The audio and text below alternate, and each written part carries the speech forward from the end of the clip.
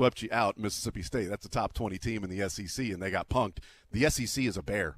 It is so crazy because Missouri last night went in and grabbed one of the best wins in America. That was one of the best wins in the country that any team has on their resume. Now, it makes a difference if you're, say, Auburn. It's tough for Auburn to get a huge win because they are already considered one of, if not the best teams. If KU goes into Iowa State, that is a dynamite win. It would be up there on par with some of the best in America. Last night, Missouri going into Florida, a place that the Gators just beat the number one team in America, Tennessee, by 30 in that arena.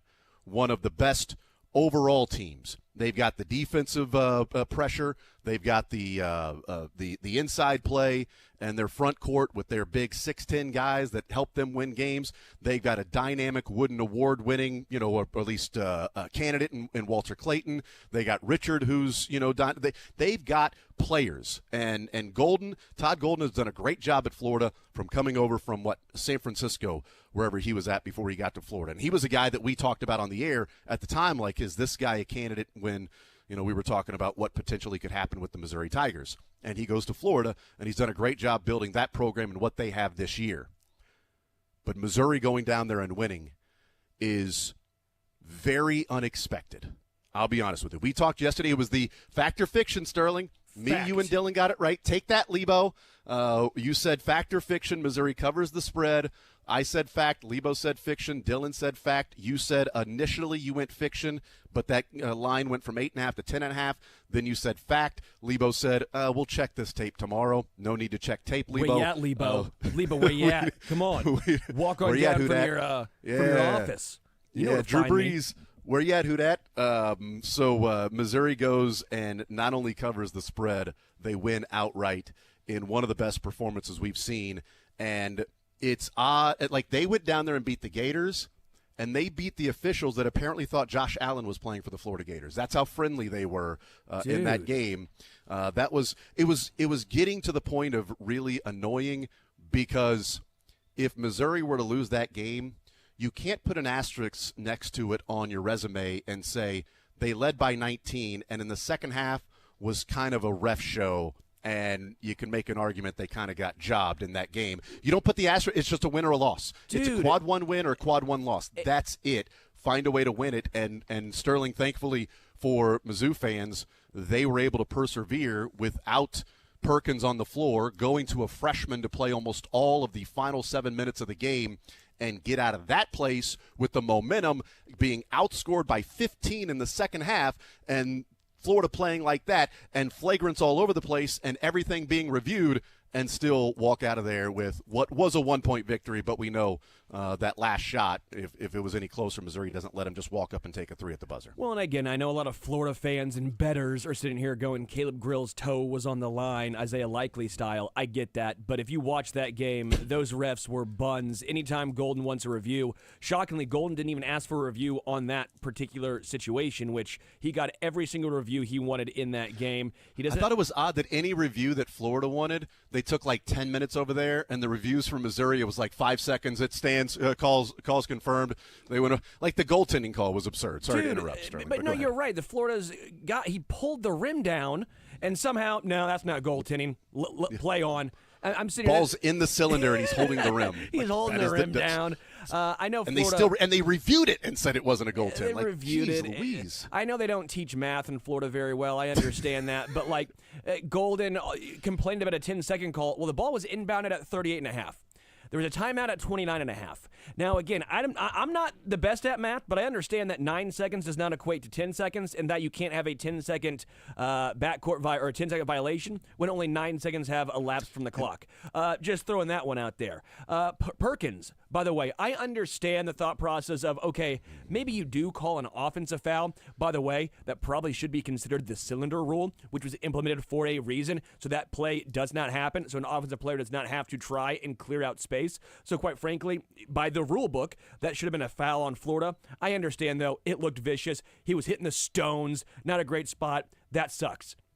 But ejecting a guy for what you're taught to do by clearing out space, by going at their belly button, That's the whole point. If you go low, ball gets knocked away. You go high, that is going to be an offensive foul because you can't go at the chops. So he goes a little bit in the middle. He gets unlucky and hits the guy in the in a bad area. Mommy and daddy button. In a bad area, and somehow he gets ejected. That's absurd. And then on the other side, Caleb Grill gets drilled in the grill twice, and it's incidental. I'm just sitting here going, what the hell are we doing? Not only that, we had to listen to a 9-year-old scream by the microphone the entire game. That was awful. It was the announcers had no idea what a timeout or a jump ball was. 3 different times, like, that's Missouri ball, that's a jump ball.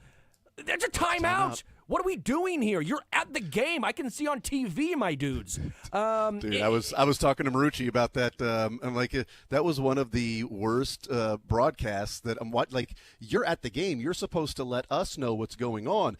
And then so he called it a jump ball, Missouri's ball. They come back, and he then at the next time they had a timeout that he thought was a jump ball. He explained, earlier I said that it was a jump ball, but it was actually a timeout. Now it's a jump ball, Missouri's ball, even though it was a timeout yet again, and he never corrected that. Not one, not two, but 3 times that happened. And but again, the backcourt.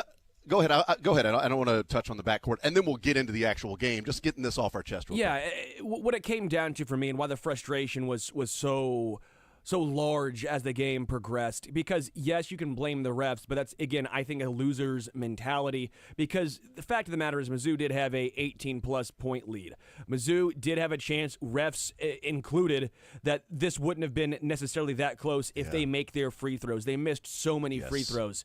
If they don't decide to struggle offensively down the stretch. So if they don't take like 12 threes in the second half when they weren't falling. Like the first half they were falling, great, take more threes. Second half they weren't falling, and they still kept settling. Missouri's not a team that settles for threes. Missouri's a team that attacks and goes to the rim and gets to the free throw line. They did 29 times last night, but still, second half it just felt like there was a bunch of threes chucked up when it was like, hey, we were hitting these in the first half. Well, now you're not. Do something different. Well, no, Caleb Grill they found a way to was get it hitting done in the first half. Jacob Cruz, for some reason, Cruz decided, hey, I see Grill making the threes. Now, what if I just shoot the same ones? Anthony Robinson hit a couple too. So, but it was Jacob like Cruz was 1 for 5, and he's out here shooting jimmer shots. Like, what? Who do you think you are, J.R. Smith? Calm down. But real quick on the backcourt violation, it would have been nice if the broadcast had pointed out, instead of staring at the backcourt and seeing Missouri dribble the ball to the timeline, and it getting to 20 on the shot clock. And when it gets to 20 on the shot clock, it is a backcourt violation. So it doesn't even matter what the game clock is. The backcourt violation is, shot clock is at 20, it's a backcourt violation, which is why I thought it was odd that they had 20 on the shot clock, because when they showed the replay, the broadcast, surprisingly, is only staring at Missouri dribbling the ball up to see if he got it across half court, not even acknowledging the fact that Missouri called a timeout. And if you see in the bottom left part of the screen, when the shot clock was at 22, Dennis Gates immediately goes over to the official and signals timeout. Shot clock at 21, the official blows the whistle, points to Missouri's bench. That was at 21 on the shot clock, and they put it at 20. So I understand why Todd Golden was pissed, because he's saying if it's 20 on the shot clock, they never got it across half court. So if he called a timeout with 20 on the shot clock, that's a 10-second violation. The problem is it was a ref show. It should have been 21 on the shot clock and saying, see, this is not a violation, because there was still 1 second to go when Dennis Gates called the timeout. But neither here nor there. It was frustrating from a lot of different ways, but Missouri did something that not many teams, I think, are going to be able to do this year. What they did against Kansas and what they did against Florida, those are ticket-punching wins. We talked about winning the games that you should win in the SEC, because games like this are going to be difficult for you to be able to go and win the game. And they have taken care of business so far in the games that they are supposed to win, Vandy and LSU.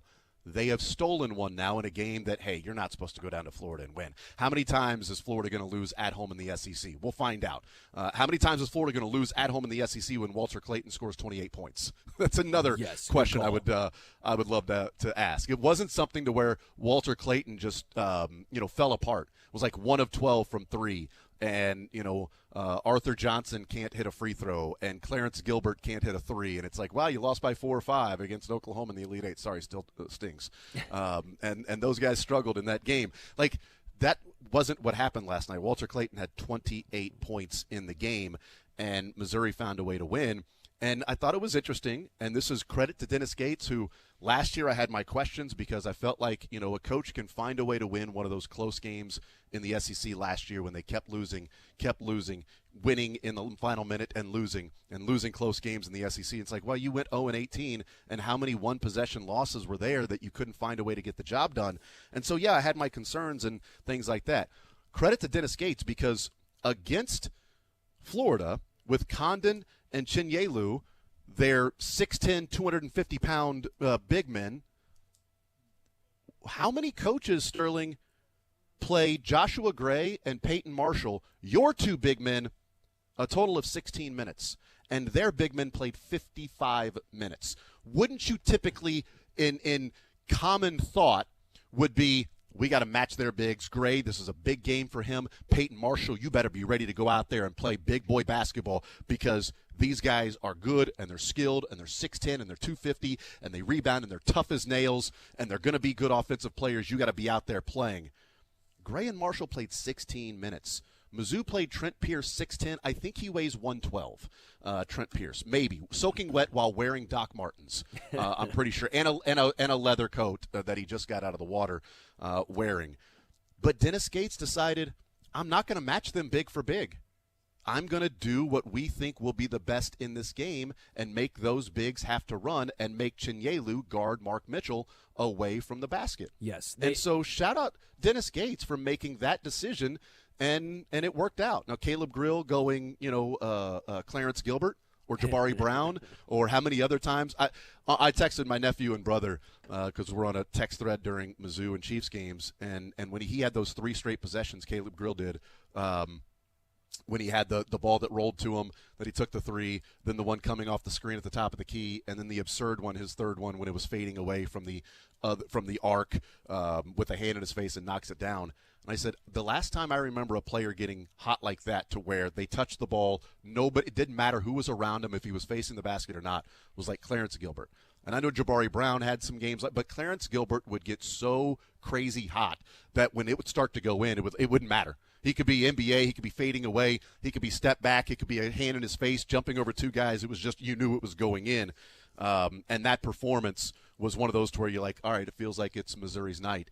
And they found a way to make it their night. So shout out to them getting the job done.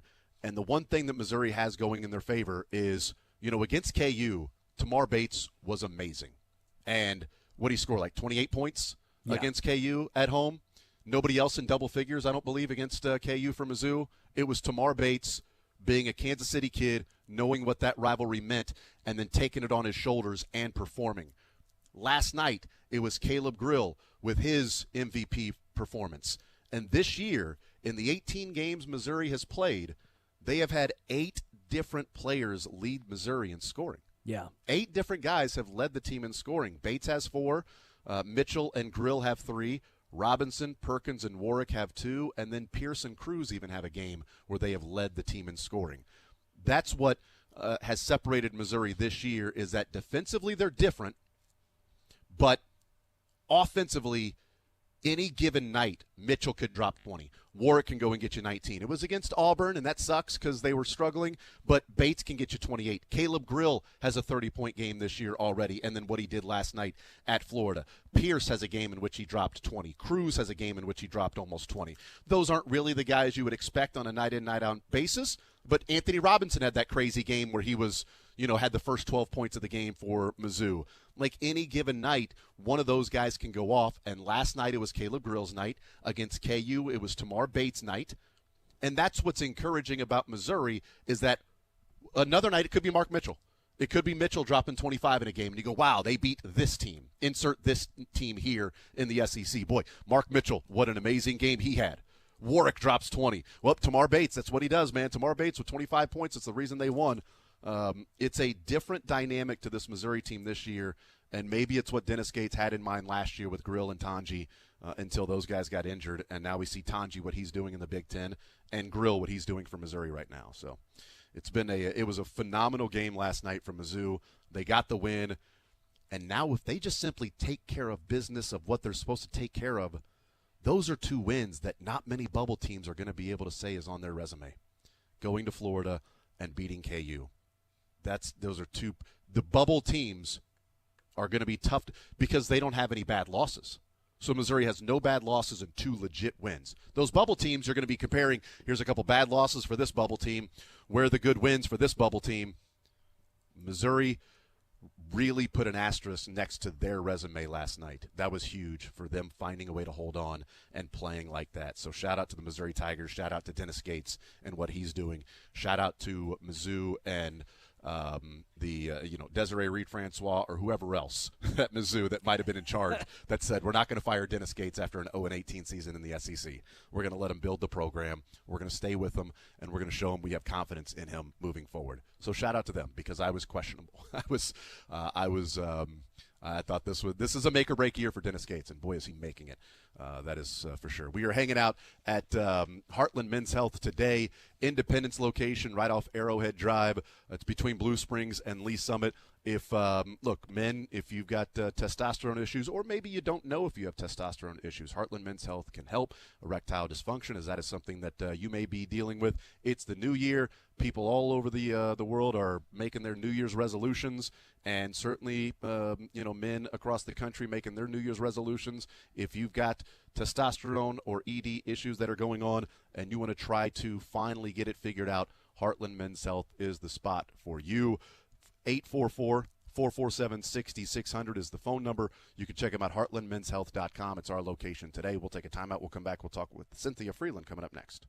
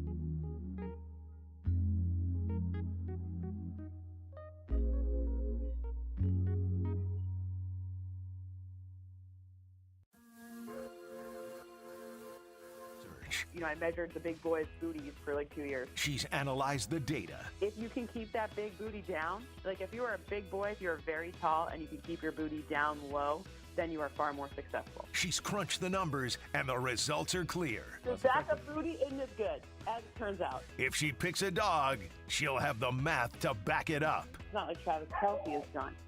My dog is very excited about this, just so you know. It's Cynthia Freeland of NFL Network. Now in the zone with Jason Anderson on Sports Radio 810 WHB. All right, we continue right here on Sports Radio 810 WHB. Jason Anderson with you. We're hanging out at Heartland Men's Health at the Independence location where we are at today until 2 o'clock. We will hear from the Kansas City Chiefs coming up an hour from now. We'll hear from Field Yates. We'll talk with Mick Schaefer.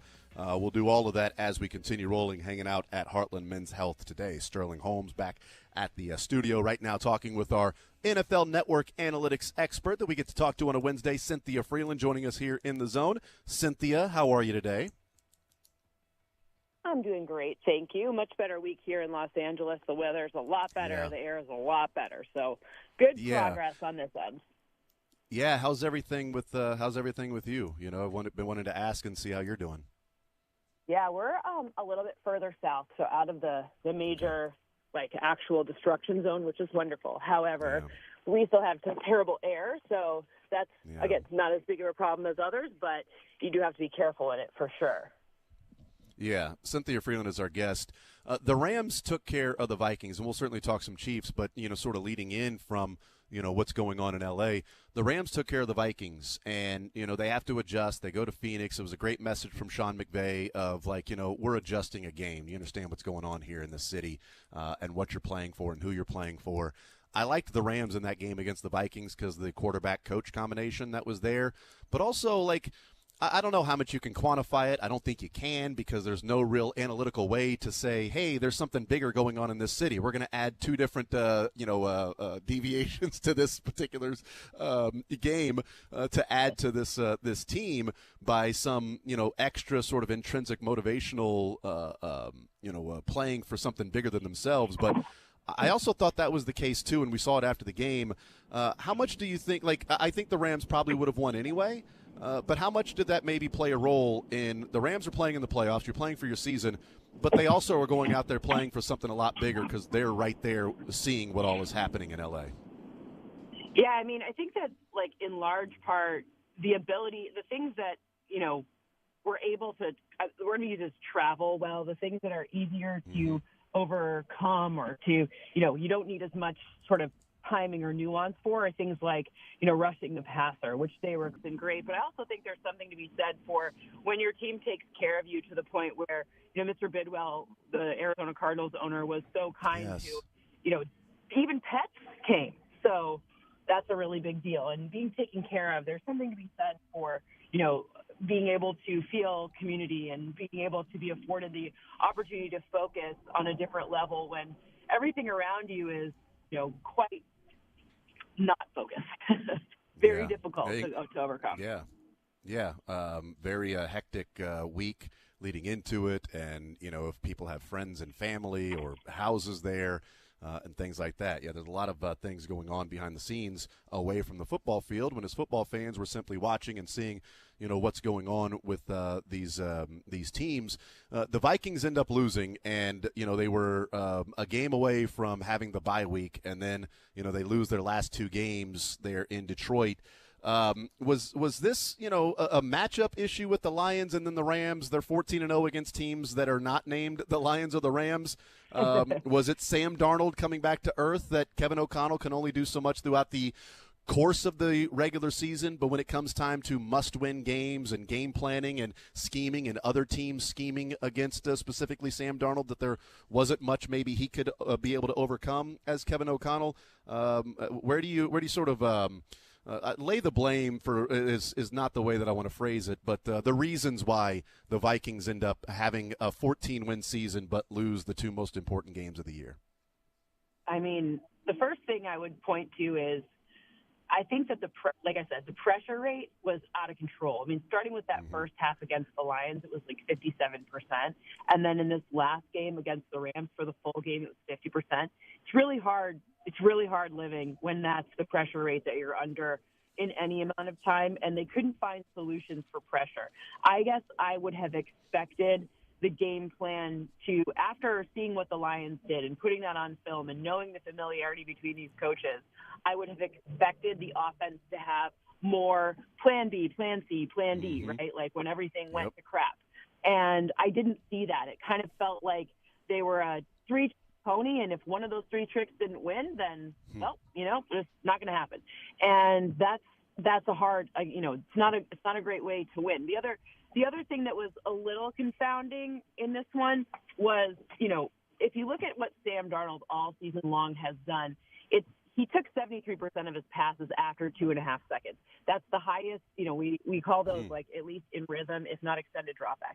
And that is the most in the league.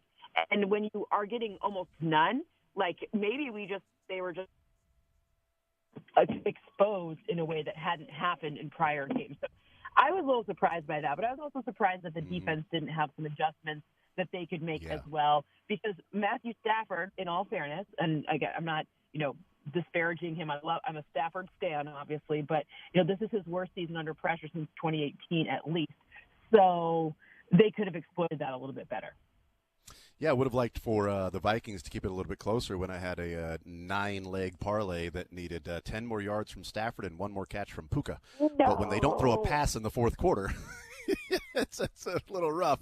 I was trying to, as they started running the ball, I'm like, cash out, not available. No, just give me anything right now. Yeah, that was rough. But those things happen. That's why if it was a 7-leg parlay, I'd feel better today. But, got a little greedy, I guess. Cynthia Freeland is our guest. How much of that pressure rate then, because I want to bring this to the Kansas City Chiefs in a second, but this is my sort of lead-in as you brought that up because it's something I want to discuss in terms of pressure rate.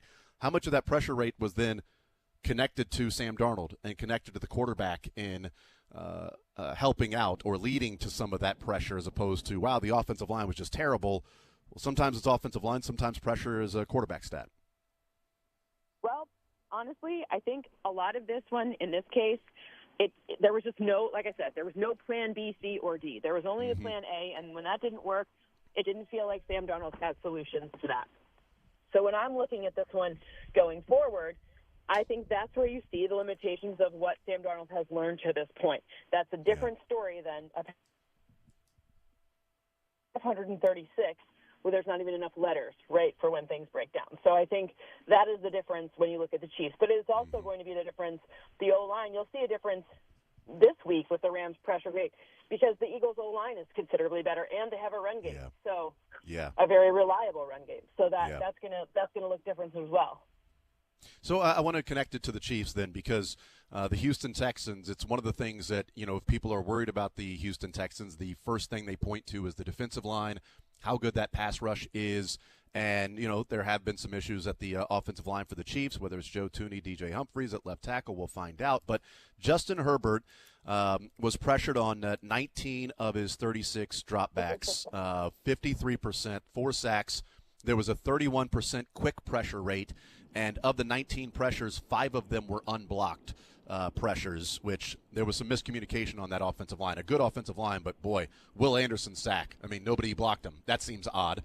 You might want to know where he is on the field. But Justin Herbert also had his longest time to throw of the season at 3.6 seconds. So were they pressuring because they were just dominating the offensive line? Or how much was the pressure because there was no separation? Because also the defensive backs had their highest number of tight window throws, the Houston Texans defensive back of the season.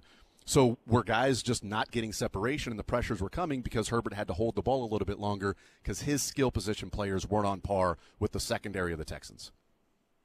Yeah, the answer is both. I mean, Kamari Lassiter and Derek Stingley Jr. combined, you talked about it, those 7 tight window passes on 15 targets, 3 interceptions off of those. That's a pretty good rate. That's pretty good. I mean, yeah, if you're into that whole sort of thing, yeah.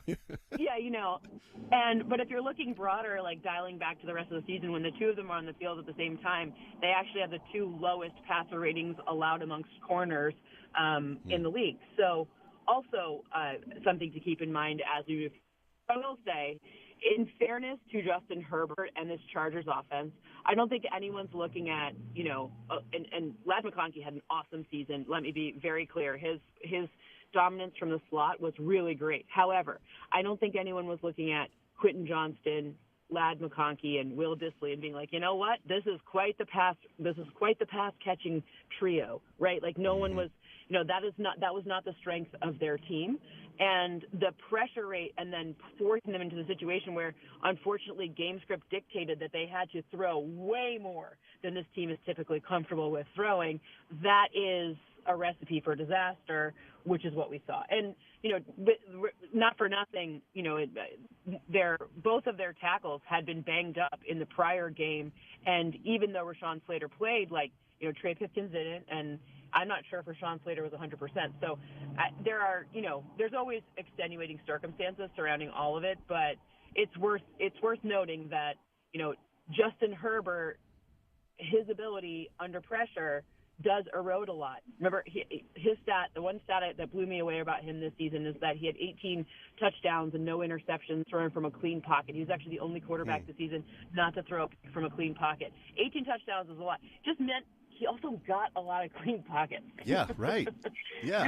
So now it's like, champagne problems here. But when you don't get the situation where it's a clean pocket, then things are going to change. And then when you have to compound that by being in more obvious throwing downs and distances, it's just it's a tough way to live, man. It's a tough way to live. Yeah, that he had a lot of clean pockets. It's sort of like the Clay Martin. The Chiefs are undefeated when Clay Martin is the official. Yeah, well, they're undefeated a lot. I mean, they win a lot of games. Turns out there are 6 current referees where the Chiefs are undefeated when they officiate their games. It's they win a lot of games. In fact, this year they were undefeated in 15 of their games where an official refereed that game. Visiting with Cynthia Freeland, NFL Network analytics expert. So as we then look at the Texans then and the Chiefs matchup.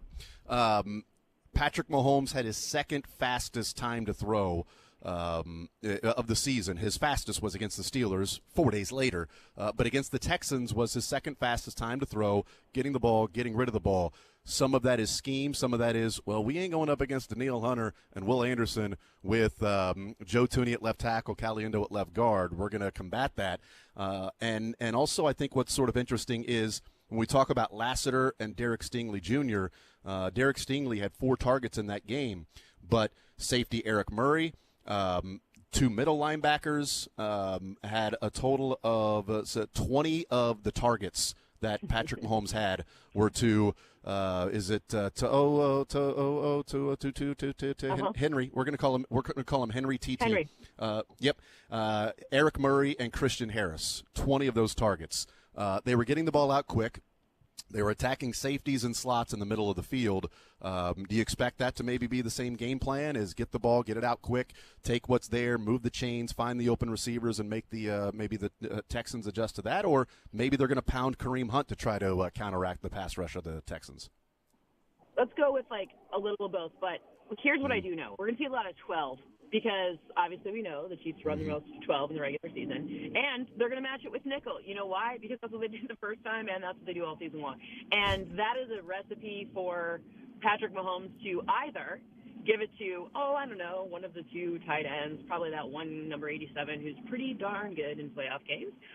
That's a good matchup, and so is a potential Kareem Hunt if that's what he sees. So whatever the best option out of 12 is, that's what 15 is going to do. That's kind of it's not a very satisfying answer, but we know it's going to be nickel. We know it's going to be 12, and they're going to have a litany of options from that formation to figure out. I don't necessarily think the goal is going to be to, go throw deep and try to match up against those corners. They, especially with, we talk about rest versus rest, and then we talk about Patrick Mahomes having like a 15-3 record coming off any sort of rest. So I'm not worried about that. But I do think that given the fact that there's been some injuries to the wide receiving core and they're getting back into the swing of things, I just don't think it's going to be a game plan of like deep passes, gashing the Texans one-on-one against Stingley. Like that doesn't seem like the way that they're going to handle this one. Yeah, visiting with Cynthia Freeland, an NFL Network analytics expert. What do you expect then from the Chiefs? They've been off for 24 days, and that's been part of the conversation nationally. I don't think that's a big deal for the Chiefs. Dear God. Yeah, Right. they are fully healthy. They have only one player that was limited in practice, and that was Mecole Hardman, who's on the injured reserve. Even Jalen Watson, who was supposed to be out for the season, had a full practice yesterday, and Andy Reid said there's a chance he can play this weekend. I mean, the Chiefs are getting everybody healthy. Hollywood Brown is healthy. Chris Jones was a full participant, and he, missed the last couple of weeks with a calf injury. Right. So they've had this rest. It has helped them. But there's an element, Cynthia, of excitement because this feels like the first opportunity for the Chiefs to sort of open the playbook of all the different ideas they had with Hollywood and Xavier and Kelsey. Rice is now Hopkins and Pacheco / Kareem Hunt. So there's an excitement level of not knowing what the Chiefs have sort of had in store that they haven't been able to deploy yet until Saturday. Well, I don't mean to put a damper on anything to do with that. However, I'm not sure until maybe next week, and knock on wood, but I'm not sure we'll see the full like what's in the tricks, like what is in the bag of tricks. Like I don't think we'll see it until next week. I think we're going to see. I'm not going to say a boring game plan in this one, but I think next week is the fireworks. Like I think, and I don't think it's because Andy Reid's like saying we're looking past this game, we're not taking the Texans seriously. I don't think it's anything to do with that. I think they're going to have a strong game plan to keep the O-line healthy. One of the things that I think that the rest or the time off will be good for is giving the opportunity for the O-line to have some practice reps to kind of get in sync and in rhythm with each other. That's a little bit less of a, like it's, there's like, in practice you can make mistakes and then you can fix it, right? So you don't have the stress of being in a game. So I think that's where we're going to see a big improvement. But I think that whatever this whole offense is about, we'll see part of it this week. But I mean, good Lord, like I don't care if it's the Ravens or the Bills, those defenses are going to see something that it's going to be like, oh, I ran this in a preseason game. Preseason week 2 of 2017. We're like, okay, fair enough. We had Tyreek, and I ran this in preseason 2018 with Tyreek and Sammy, and we used it in Kelsey. We used it this way, and now we're going to use it with Xavier and Hollywood and Kelsey. Right. There's an excitement level there. Yeah, that's the type of stuff we're going to see. But I think this one's going to be, let's see the O-line get this thing together, because that is that is the Achilles heel of this team, and everybody knows it.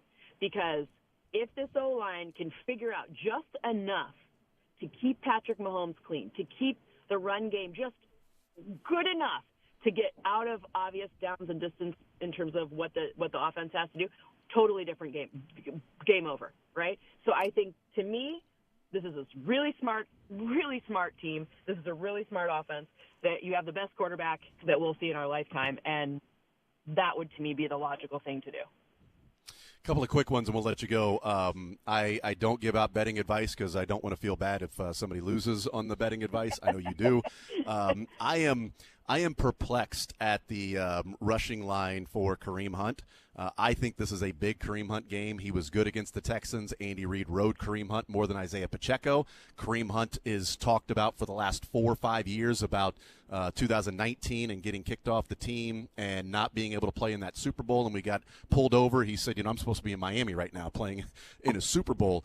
And I think he is so motivated. And when he was fresh, the first couple of games he played this year, he looked like an older / younger, the older, you know what I'm getting at, Kareem Hunt. Yeah. And I just the old Kareem young Hunt. Kareem Hunt.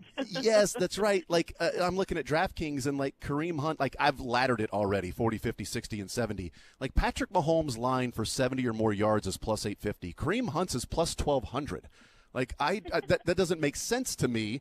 And I really do think this is a Kareem Hunt over Isaiah Pacheco game. What do you make of that? Do you think this is because I think he's going to be so motivated and playing as hard as he's ever played in his life to go out there and play for the Chiefs in the playoffs? Yeah, I think that's a smart thing. You have to remember, like a lot of to me, I'm like, this is not a conspiracy theory, but I like thinking about bigger picture stuff when it comes to it. And it's like, the biggest market for betting are the Cowboys, and they're just like, they want to bet on anything. So they don't have anything to bet on right now. So I think that you're just looking at anything to get Cowboys money. That's what I think. Whatever these, and it's smart of the draft of the draft teams of the world to do. Go get that. Go get that Cowboys money. They don't have anything to do. A couple of quick ones for you. Who wins, Chiefs and Texans? Yeah, I have the Chiefs, and I feel very like a touch. I don't love like 8's a weird number, 9's, but whatever. Let's just go with by a touchdown. All right, Chiefs by a TD. And then last one for you, Buffalo and Baltimore. Who wins? And then maybe an added on one of who do you think is the better matchup for the Chiefs? Well, I have Buffalo. I'm a little surprised myself because I thought, I don't know, Baltimore's just coming into form in like such a great moment. But my math says Buffalo. It's about as close as they come, though. It's a coin flip. I think the better matchup for the Chiefs is the Bills. In many ways, that Bills defense has some targetable areas that, you still haven't seen. Like Matt Milano, he's playing, but is he like fully Matt Milano? I don't know. And the other non-Christian Benford side of the field, that's a nice opportunity to create some pass catches. Whereas the Ravens defense, switching guys back to their natural. I mean, Kyle Hamilton lining up back at safety, like that is problematic for any team. So I think it's going to be, again, that is the game of the weekend, and that's a good thing. If you're a Chiefs fan, you don't want the game of the weekend to be your game because that means it's closer. So this is the game of the weekend, and I think, it's going to set up one heck of an AFC championship. Yep. Cynthia Freeland, NFL Network analytics expert. Cynthia, thank you so much, as always, for the time. Stay safe out there, and we will talk next week. Thank you so much. Yeah, you got it. Talk to you next week. Absolutely. There's Cynthia Freeland, NFL Network analytics expert. Chiefs by a touchdown. She's got Buffalo winning, which surprised her because she thought, she would end up going with Baltimore, but she trusts the math and the algorithm and her model, and it's Buffalo winning. And I agree with her. There was a good portion of the season where I thought, I'd rather play Baltimore. But the way Baltimore's defense is playing right now and that offensive line and what they look like as a cohesive unit looks different than what it did in week 1 when the Chiefs played them with Derrick Henry and Lamar Jackson. I would rather the Chiefs play the Buffalo Bills rather than the Baltimore Ravens. I know a lot of people feel like Baltimore's a better matchup. I get it. I just disagree. I think Buffalo's a better matchup for the Chiefs. We'll see. Get past the Texans, hang out at home, and watch these two teams beat up on each other on Sunday night. We'll take a timeout. We'll come back hanging out at Heartland Men's Health in Independence, our location. Arrowhead Drive is where it is at, between Blue Springs and Lee Summit. We'll take a timeout. We'll come back. More Zone next.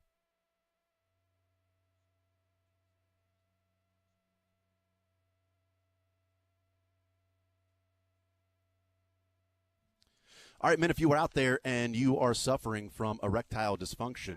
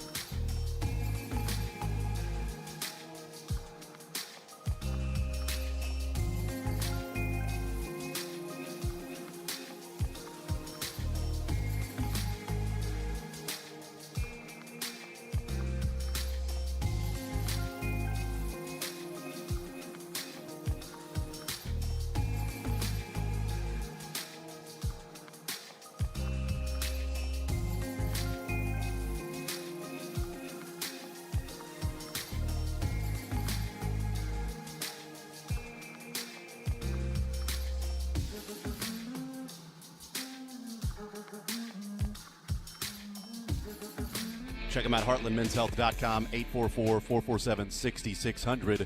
We will hear from the Kansas City Chiefs coming up at 11:45. It'll be the coordinator day. Dave Tobe, Matt Nagy, Steve Spagnuolo, Chris Jones at the podium on a Thursday, even though it's a Wednesday, but it's a Thursday for them. So we'll hear from the coordinators, Chris Jones, and whoever else is going to be at the podium. And then Field Yates comes up in the noon hour. We'll hang out with Mick Schaefer as well. We'll get a weather update forecast for Saturday from Wes Peary from KSHB 41. And coming up next, we are going to go through our 1 through 8, the teams that are remaining, our quarterback coach combinations, ranking them 1 through 8, where we think these QB coach combinations are as we look at who the final 2 teams, final 4 teams, and then ultimately the final team remaining with these 8 that are left.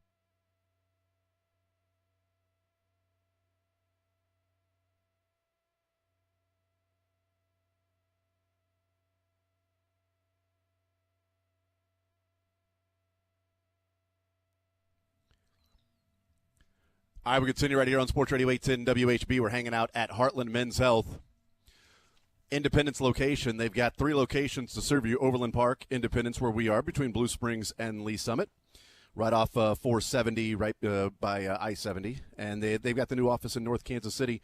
Again, it's heartlandmenshealth.com. We are here until 2 o'clock coming up. About 40 minutes from now, we'll hear from the Kansas City Chiefs. Field Yates will join us at about 12:30. Mick Schaefer at 1 o'clock. Right now, let's go through our rankings of 1 through 8. You know, we talked about doing this with our quarterbacks, but then a great text yesterday that looked at the quarterback-coach combination, since that's one of the things that we look at a lot of, like, all right, who's the better quarterback-coach? Do you have the better quarterback and the better coach? Then I'll go ahead and take that team. Kind of like Chiefs and Texans this weekend. They've got the better coach and the better quarterback. I like the Chiefs to win that game. Shockingly, I know I'm going out on a limb. Not everybody agrees, and you know, I know that I'm probably in the minority there of saying Chiefs beat the Texans this weekend, but I'm still going to do it. I don't care. Reputation on the line, being able to do that. Sterling Holmes back at the office. I texted you guys because, you know, producing on the fly. I think it's best to start with number 1 and go down to number 8 because I kind of feel like we all have the same 1 and 2. I could be wrong, but Sterling, you like to start at the bottom. And then now we're here. So what are you going to have any pushback, Sterling, if we start with number 1? No, I'll let you. You know, it is the zone with Jason Anderson, so I'll let Jason Anderson decide which way we go this time because I'm a generous man and my largesse knows no bounds. You're very humble too. That's the best part about you. Is that? Well, you know, yeah, of course I'm humble. You don't ever call attention to yourself. No, I mean. Without confidence, though, all I have is my good looks. So, yeah I mean, I'd consider myself a pretty humble guy. Absolutely, I would. You're easily the most humble person I've ever met. All right, let's go 1 through 8. We can go ahead and just quickly, we all have Andy Reid, Patrick Mahomes, number 1. Chiefs, number 1, right? Correct. And that seems pretty easy. Number 2, Harbaugh, Lamar. Is that anybody offering pushback on number 2 with Harbaugh and Lamar? I thought the obvious was Rams because Stafford. Yeah. Ooh, okay. I had them 3. I had Awesome. Lamar and Yeah, I did too. How about 3? All right. Yeah, I'm with Dylan. I also had Stafford and McVay. My bad. So when I texted and said I'm pretty sure we'd all have the same number 1 and number 2, I was you guys were like, yeah, we do, because anybody with a brain would have number 2 being McVay and Matt Stafford. Here's why I went with Harbaugh and Lamar. Harbaugh and McVay both have a Super Bowl, so I don't know that you're really getting, one quarterback or one coach over the other. Matt Stafford has a Super Bowl victory. Lamar has struggled in the playoffs. I totally understand that. But the quarterback, as in like best quarterbacks in the league, if I'm ranking them, and maybe certainly if you guys want to throw in the caveat of, best in the league versus best in what they do in the playoffs, I get that. I'm throwing Lamar playoffs looked really in there, good. by the way. I am taking makes playoffs sense. into account here. Makes sense. Lamar was really good over the weekend in the wild card round. Whether that was against the Steelers or whoever, he looked good. He is going to be an MVP this year. We'll see what he does this weekend. But I think, Lamar Jackson is my 3rd best quarterback in the NFL. And if I'm ranking him 1 through 8 of the quarterbacks that are left, I've got Stafford down at number 8. And it's sort of a either or with Harbaugh and McVay. So if I'm going either or Harbaugh and McVay, and I've got Lamar as a better quarterback than Stafford, that's why I ended up going Harbaugh and Lamar as my number 2. If Lamar pees down his leg on Sunday night, then there's no way you can put Lamar over a lot of these different quarterbacks until he goes and proves it. He's had opportunities to prove it. Last year against the Chiefs wasn't great. He also didn't fumble into the end zone for Zay Flowers. He didn't taunt after the throw to Zay Flowers and that long reception. He didn't do some of those things, but he's had some rough games. He was awesome in the game against the Steelers when he needed to be when they took that 21-0 lead. So that's why I went Harbaugh over Lamar. Your guys' reasoning, McVay over Stafford? Yeah, so I get 100% what you're talking about, and if this was strictly regular season, then I would have no qualms, and I would also agree with you. Mm-hmm. The issue is this is not regular season, and I have seen Matt Stafford too many times come up big in the playoffs while Lamar has not. McVay, I do think, might be a little more creative than Harbaugh. We've seen Harbaugh at least recently. I think Harbaugh's a great head coach. We've also seen him have some questionable decision-making in the playoffs, most notably last year, just forgetting that the run game existed against the Kansas City Chiefs. I don't think McVay would do that, quite frankly. I think he's too creative offensively. Maybe I'm giving too much to the spiky hair, and now that he can finally fill out the early 2000s dream look of he can't have a puka shell necklace, so he has Puka Nakua instead. I like that. I don't know, man. I'm still going McVay Stafford again. Because of the playoffs, that's why I have them number 2. Dylan, your reasoning for McVay Stafford over Harbaugh Lamar? I was going to go with that, but also because of the restrictions or the just lack of picks. That I know that this isn't Sean McVay's job to pick the draft picks, but he's the one that obviously has to coach and put a team on the field. And he's been in the playoffs the last 2 seasons when people thought after Aaron Donald retired that they would be, left for dead with their cap situation. After getting Stafford and signing Stafford to a deal as well. They've had no first-round picks and been able to be in the playoffs and make noise as well. Like I think that Stafford threw a pick as they were driving down to win the game against the Lions last year. So they're very competitive with less resources, in my opinion, than John Harbaugh has. Yeah, they both have a Super Bowl. I've liked Sean McVay, and I ended up going Harbaugh over McVay when I was doing my coach rankings. And I don't know. I like McVay in the offense, and anything he touches turns into teams wanting him to be their offensive coordinator or their head coach. Even if it's a quarterback coach. But Harbaugh's been there, done that, and I think Harbaugh has adjusted over the years with Lamar in that Harbaugh's been more aggressive and going for it. Like McVay has been that guy, and Harbaugh has adjusted to that where, we talk about whether or not, Andy Reid has adjusted. And I think Andy Reid has certainly improved over his time with Patrick Mahomes. Not as aggressive as I would probably like him to be, but I think he's gotten better. I think there are certainly elements that Harbaugh can be even more aggressive along the way. But I like Harbaugh. I like McVay. It was 6 in one hand, half dozen in the other. But I went Ravens over Rams. You guys had Ravens, Harbaugh, Lamar Jackson 3. I had McVay and Stafford 3. But both of you guys had Ravens 3? Yes. Or do you have something different, Dylan? No, I had Ravens 3 as well. And by the way, I guess he did. I agree too. 6, in one hand, half dozen in the other. I guess part of me too is it's been 11 years now for Harbaugh. Yeah, it's been 11 years. At some point, the shine wears off. Once you get past a decade, it kind of like the whole Mike Tomlin thing. You're all of a sudden going, you got to do it again. Okay, you did it once. That's outstanding. You can't take that away from you. But now you're in Mike McCarthy. Mike McCarthy has a ring. I like Mike McCarthy. I ain't throwing that one ring up there with Harbaugh and McVay, though. To me, there's some nuances there. The recency for me. All right, so those are our top 3. We all have the same, just different order in 2 and 3. Number 4. Hey, Sterling, let's start with you. Who's your number 4 after the Chiefs and Rams and Ravens for you? Yeah, so number 4, I still – this was tougher for me because 4 and 5, I think, are really close. I think they're – minuscule how close they are, but I'm going Bills with Josh Allen and McDermott. I'm not a massive fan of Sean McDermott necessarily as a head coach, but he's done a great job this year. There's no denying that. No, some of the comments he says are just mind-boggling, but Josh Allen is in my opinion, second-best quarterback in the NFL, so I will give the nod there to what I think is maybe just a slightly above-average head coach and not necessarily a game-changing head coach like Andy, Harbaugh, or McVay. Dylan? So my number 4 was the Lions. It's Dan Campbell and Jared Goff. Yep. Okay. Lions for you at number 4. My number 4 was the Bills as well. And to me, it's Josh Allen overcoming Sean McDermott. Because, the way that I sort of did this exercise was I ranked the coaches in 1 through 8. And there was some, different, things along the way. I'm like, man, I want to put this guy there, but I'm going to end up going with this coach. And then I ranked the quarterbacks. And so then I added the numbers up. Like Andy Reid and Patrick Mahomes are both number 1. So they've got a 2. The lower the number is where I would then rank them.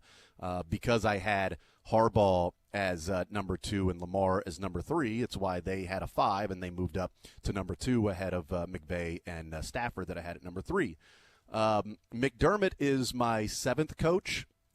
But Josh Allen is my second quarterback, and it's Josh Allen overcoming Sean McDermott. And so, look, if Sean McDermott was better, if he was in the McVay, Dan Campbell, hell, even Dan Quinn realm, then you know what, the Bills might have been second or third, but they're not. So McDermott is what brings it down here, but Josh Allen has been so good in the playoffs. When we talk about what Patrick Mahomes has done in the playoffs, then, you know, acknowledging what Josh Allen has done in the playoffs, nothing wrong with that. He's been really, really good. He's now above 500. He's now 6-5, while Lamar is 3-4. But, yeah, Josh has to overcome McDermott. But he's so good that he does that for me, that the Bills are my number 4. All right, Dylan, we'll start with you. Your number 5. My number 5 is DeMeco Ryans and C.J. Stroud. Wow. So while you gave Josh Allen a lot of credit for overcoming Sean McDermott, I knocked him a bit for that combination. I get it, man. Okay, that's the first surprise. That's the first draft pick. Like, oh wow, you took a quarterback in the second round. Hey, okay, all right. DeMeco Ryans has been there for how long? 2 years. Good job, 2 Will years. Levis. 2 playoff appearances with a dumpster fire that he picked up and a second overall pick at quarterback. I think that he's done more with less than Sean McDermott did. If DeMeco Ryans was the coach of the Bills, would he have run a fake punt to DeMar Hamlin? Would he have kicked the football through the back of the end zone with 13 seconds? Like, there's just so many little things that he's done that have kept Josh Allen from winning a ring, in my opinion. My number 5, and it's interesting, Sterling, you were talking about your 4 and 5 were interchangeable, and the one that you were going with number 5 is not actually who my number 5 is, because my number 5 and 6 were interchangeable. My 1, 2, 3, and 4 seemed to be, you know, a little bit different than what my number 5 was. And my number 5 and 6 came in actually sort of tied in their numbers. And I boosted Dan Quinn and Jaden Daniels as my number 5 because Jaden Daniels does more on the field for his team than Jared Goff does. I think Goff is good. I think he plays to the skill position and people around him. I think Jaden Daniels can elevate them. And while Dan Campbell has been good and he's been fun, I mean, Dan Quinn has taken a team to the Super Bowl before. I mean, they had a big lead that they blew. Obviously, you would like them to not have a 28-3 lead and not win it. But he's been there, done that, coached through the playoffs, played in a Super Bowl or coached in a Super Bowl before. That's why I gave the nod to Dan Quinn over Dan Campbell, is just simply because he's been there and he's had teams in the playoffs and advanced to the Super Bowl. Dan Campbell was so close to doing that, so close, and maybe this year, if he does that, I'll put him over the hump. But it was really, you know, Jaden Daniels and Jared Goff and the difference there, whereas Dan Quinn and Campbell were sort of 6 in one hand, half dozen the other. So I ended up going with the Commanders with my number 5. Yeah, I went Lions. And part of it's Ben Johnson. If you were to say OCs or DCs don't count at all. With Glenn and Johnson, then you can throw them in there, but that's fine. I mean, because if you want to say Dan Campbell is boosted by his coordinators, I mean that sort of downgrades Dan Campbell a little bit. But. Sure, but I think Dan Campbell has the perfect coordinators coupled with him. Like I think that might be the second best. Almost, I'm considering saying it's the second best coaching trio or coaching. Behind the Chiefs. I mean, that between Campbell's aggressiveness, Ben Johnson's incredible OC ability, plus Aaron Glenn just being a DC mastermind with what we've seen with the injuries, the plethora of injuries on the defensive side of the football, and they're still doing a solid job over there. The Lions just impressed me coaching-wise. I like Jared Goff a lot. I've talked about how I think he's a very underrated quarterback, not money-wise, but as far as I think his perception. I have the Lions basically interchangeable with the Bills at 4 and 5 because I think Josh Allen's that good, but I don't have the same faith in McDermott that I do in the Lions coaching staff. Yeah, Commanders for my number 5 and Lions were interchangeable, and I would not argue if somebody had Lions at number 5, like you do. That's not, and Dylan, you've got Lions at number 4, so I'm not going to argue that. It's just, Jaden Daniels elevated over Jared Goff to me, even though we've seen Goff play in a Super Bowl. But I just think what Jaden Daniels does on the field, and we saw him do it his first ever playoff game going on the road. Like C.J. Stroud was awesome last year in his first playoff game. That was a home game. And then he went on the road and didn't look all that good. This year, home game, struggled through some rough interceptions, had an amazing third down and long, dropping the football, rolling to his right, and finding a wide open guy that changed the complexion of that game. And using his legs certainly helped, but that's part of Jaden Daniels' game. So my number 6 is the Lions. I was actually surprised that, sort of like Cynthia Freeland when she says, "Well, I liked Baltimore, but then when I put the numbers into the machine and the model and the algorithm, it spits out Buffalo. So I'm going to go Buffalo over Baltimore when I thought Baltimore would be the winner. I thought before I started this exercise, Lions would be up higher, but then we start breaking it down for what Josh Allen does, for McVay and Stafford, and certainly Dan Quinn and Jaden Daniels. I ended up with the Lions at number 6, but I think that kind of shows the strength in that standpoint of those guys, the McVay, Quinn, Campbell, 3 of the 4 coaches that are remaining that are clearly above the other one that's remaining there in the NFC. So Lions were my number 6, surprisingly to me. Sterling, your number 6? Yeah, my number 6 was the Texans. I like D'Amico Ryans a lot. I like Bobby Slowick a lot.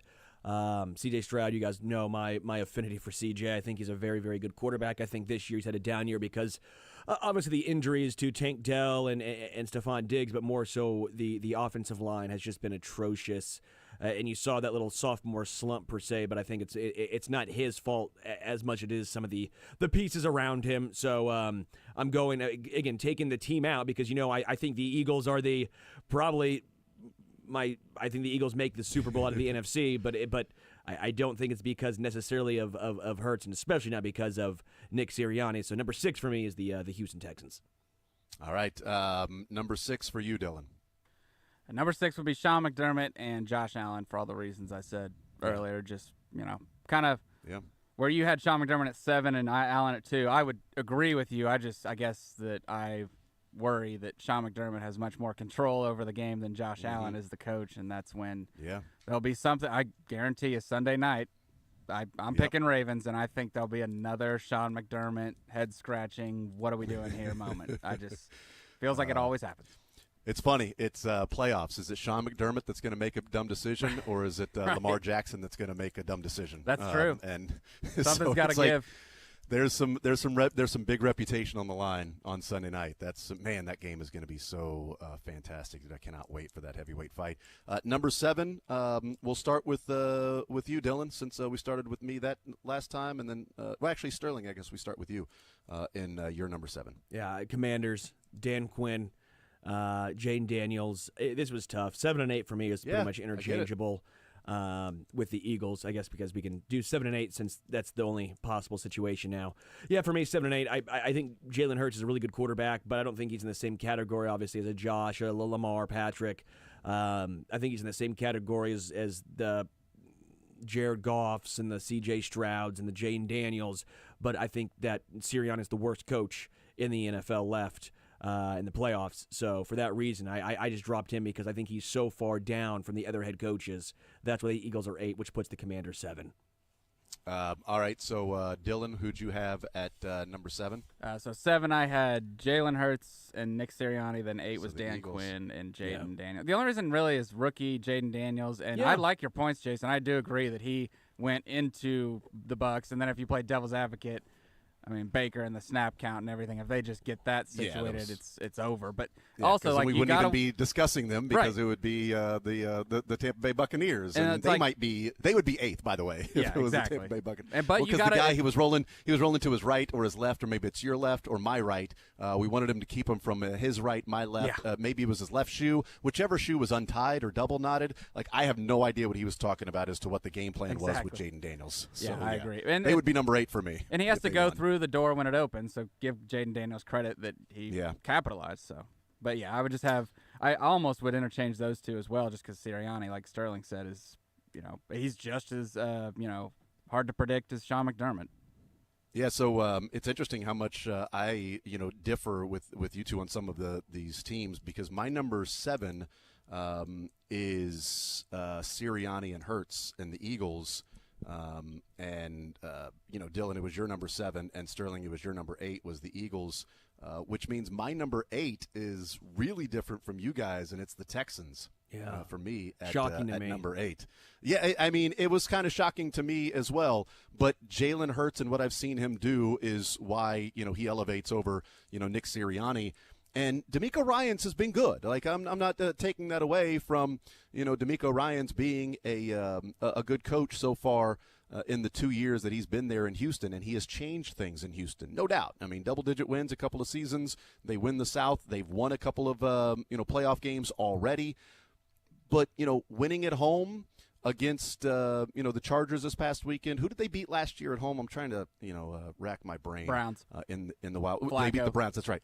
Yeah, they beat the Browns and Flacco at home last year, and C.J. Stroud played well. And then they go and lose by almost 4 touchdowns to the Ravens on the road. And they beat the Chargers, who chargered in the game on Saturday. And we'll see what they do this weekend. I mean, if they lose by 3 touchdowns, it's like, all right, D'Amico Ryans has gotten his team into the playoffs in a pretty rough division twice, so he's done enough to be better than his peers in his own division. But then when they've had to go on the road and play well, they got beat down by the Ravens. And, again, if they get beat down this weekend, and so that's why I ended up having the Texans number 8, because even Sirianni, I mean, again, he's played in a Super Bowl, and he was incredibly close to winning that Super Bowl. And what would we be saying about Nick Sirianni? He's a Super Bowl winning head coach, right? I mean, it's like, wow, this guy's actually got a ring in the Super Bowl. He doesn't, and so that certainly changes things. But I just am not ready to fully buy in that I'm putting the Texans in winning their division a couple of years and the playoff wins against the Browns and the Chargers, and then getting their doors blown off against the Ravens last year, and we'll see what they do on Saturday. So I had the Texans 8. Sterling, you had the Texans 6, and Dylan, you had the Texans 5. So that was probably the team we disagreed the most on, that and the Commanders. Because, Dylan, you had the Commanders 8, Sterling, you had them 7, and I had them 5. So, Dylan, our 5 and 8 were flipped. Yeah. I had Commanders 5 and Texans 8. You had Texans 5 and Commanders 8. That's Which is interesting. funny. They're like the almost identical teams from if you Yeah. took the Texans and put them a year back, like new coach, new quarterback, playoffs, win. It's almost the exact playoffs. Yeah, that's, Is it my turn to go playoffs? Yeah, okay, I didn't yes, I mean, I didn't know if we you're were not going around gonna the do it, then what's the room point? there. Ducks on the pond. What's the point, Sterling? Yeah, I mean, if you're not going to do that, I mean, come on. We let them off the hook. We let them off the hook. So, yeah, if I'm looking through that, it's the so if it goes to chalk, it would be all 3 of us. If it goes to chalk, it would be Chiefs and Rams in the playoffs with the coach-quarterback combination winning. They are in the playoffs, so I would agree with that. I'm sorry. What did you say? Did you mean Super what did Bowl? I say? Sorry. If it I goes meant to Super Bowl, chalk, sorry. yeah, you'll see the Chiefs and the Rams in the playoffs. You know Yeah, what? sorry. You know what, Jason? I would agree. In the divisional round, I'm going to go a step further. I think you'll see the Chiefs and the Rams both playing in the division round. Yes, in the Super Bowl. But I'm looking through it, and it's like I have the Chiefs number 1 and the Texans number 8. Like that's a massive difference in this game this weekend, and I think that's also part of. I didn't know outside of number 1, 2, 3, outside of number 1 being Andy Reid and Patrick Mahomes, and number 2 and 3 being Harbaugh and McVay, Jackson, Stafford in some form. I really had no idea how I was going to end up ranking these. So there wasn't going in with bias of like, oh, I got to have Dan Campbell high. And, well, I'm looking at this, and Dan Campbell's a little bit lower. I've got to move him up. Like, I just trusted what I was looking at and going through the quarterbacks and the coaches first and then trying to get that combination. I didn't expect the Texans to be number 8, certainly. I didn't expect the Commanders to be number 5. So that's for sure. But the Chiefs have, in my opinion, 1, 2, 4, and 8. Sterling, the AFC has 1, 3, 4, and 6 for you, and Dylan, the AFC has 1, 3, 5, and 6. It would be Rams and Chiefs in the Super Bowl. We need to take a timeout. We'll come back. We will hear from the Chiefs. We'll hear from Dave Tobe, Steve Spagnuolo, Matt Nagy, and just Chris Jones today at the podium for the players getting ready for the Houston Texans. We'll take a timeout. We'll come back. More Zone next.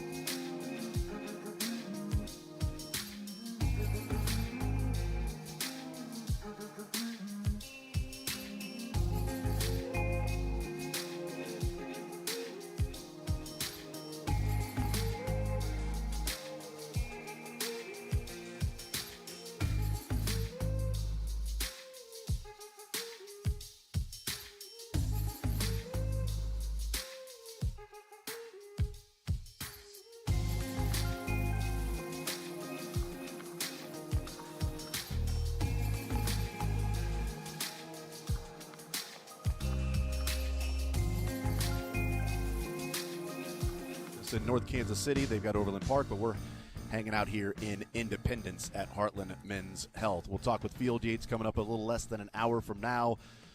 Dave Tobe, Steve Spagnuolo, Matt Nagy, and Chris Jones. Again, there's only one day left, guys. Do you think it's that they are just saying we're not going to put – like, I want to hear from Justin Reed. I like hearing from Justin Reed. And he tweeted out, I think it was yesterday, when somebody tweeted about Dan Sorensen should bang the drum on Saturday for the game because of his play against the Houston Texans in the fake punt in 2019. And Justin Reed tweeted and said, I guess it's our yearly reminder of that game and that play. He said, but luckily now I'm on the right side of history. I love hearing from Justin Reed. And this guy's, won a couple Super Bowls with the Chiefs. I do wonder if it's like Hopkins, Reed, and Amenahue. It's like, no, you guys played on that. We're not going to put you up at the podium. As opposed to, I really thought we would hear from all three of those guys this week, but I clearly misread the situation. It'd been fun, right?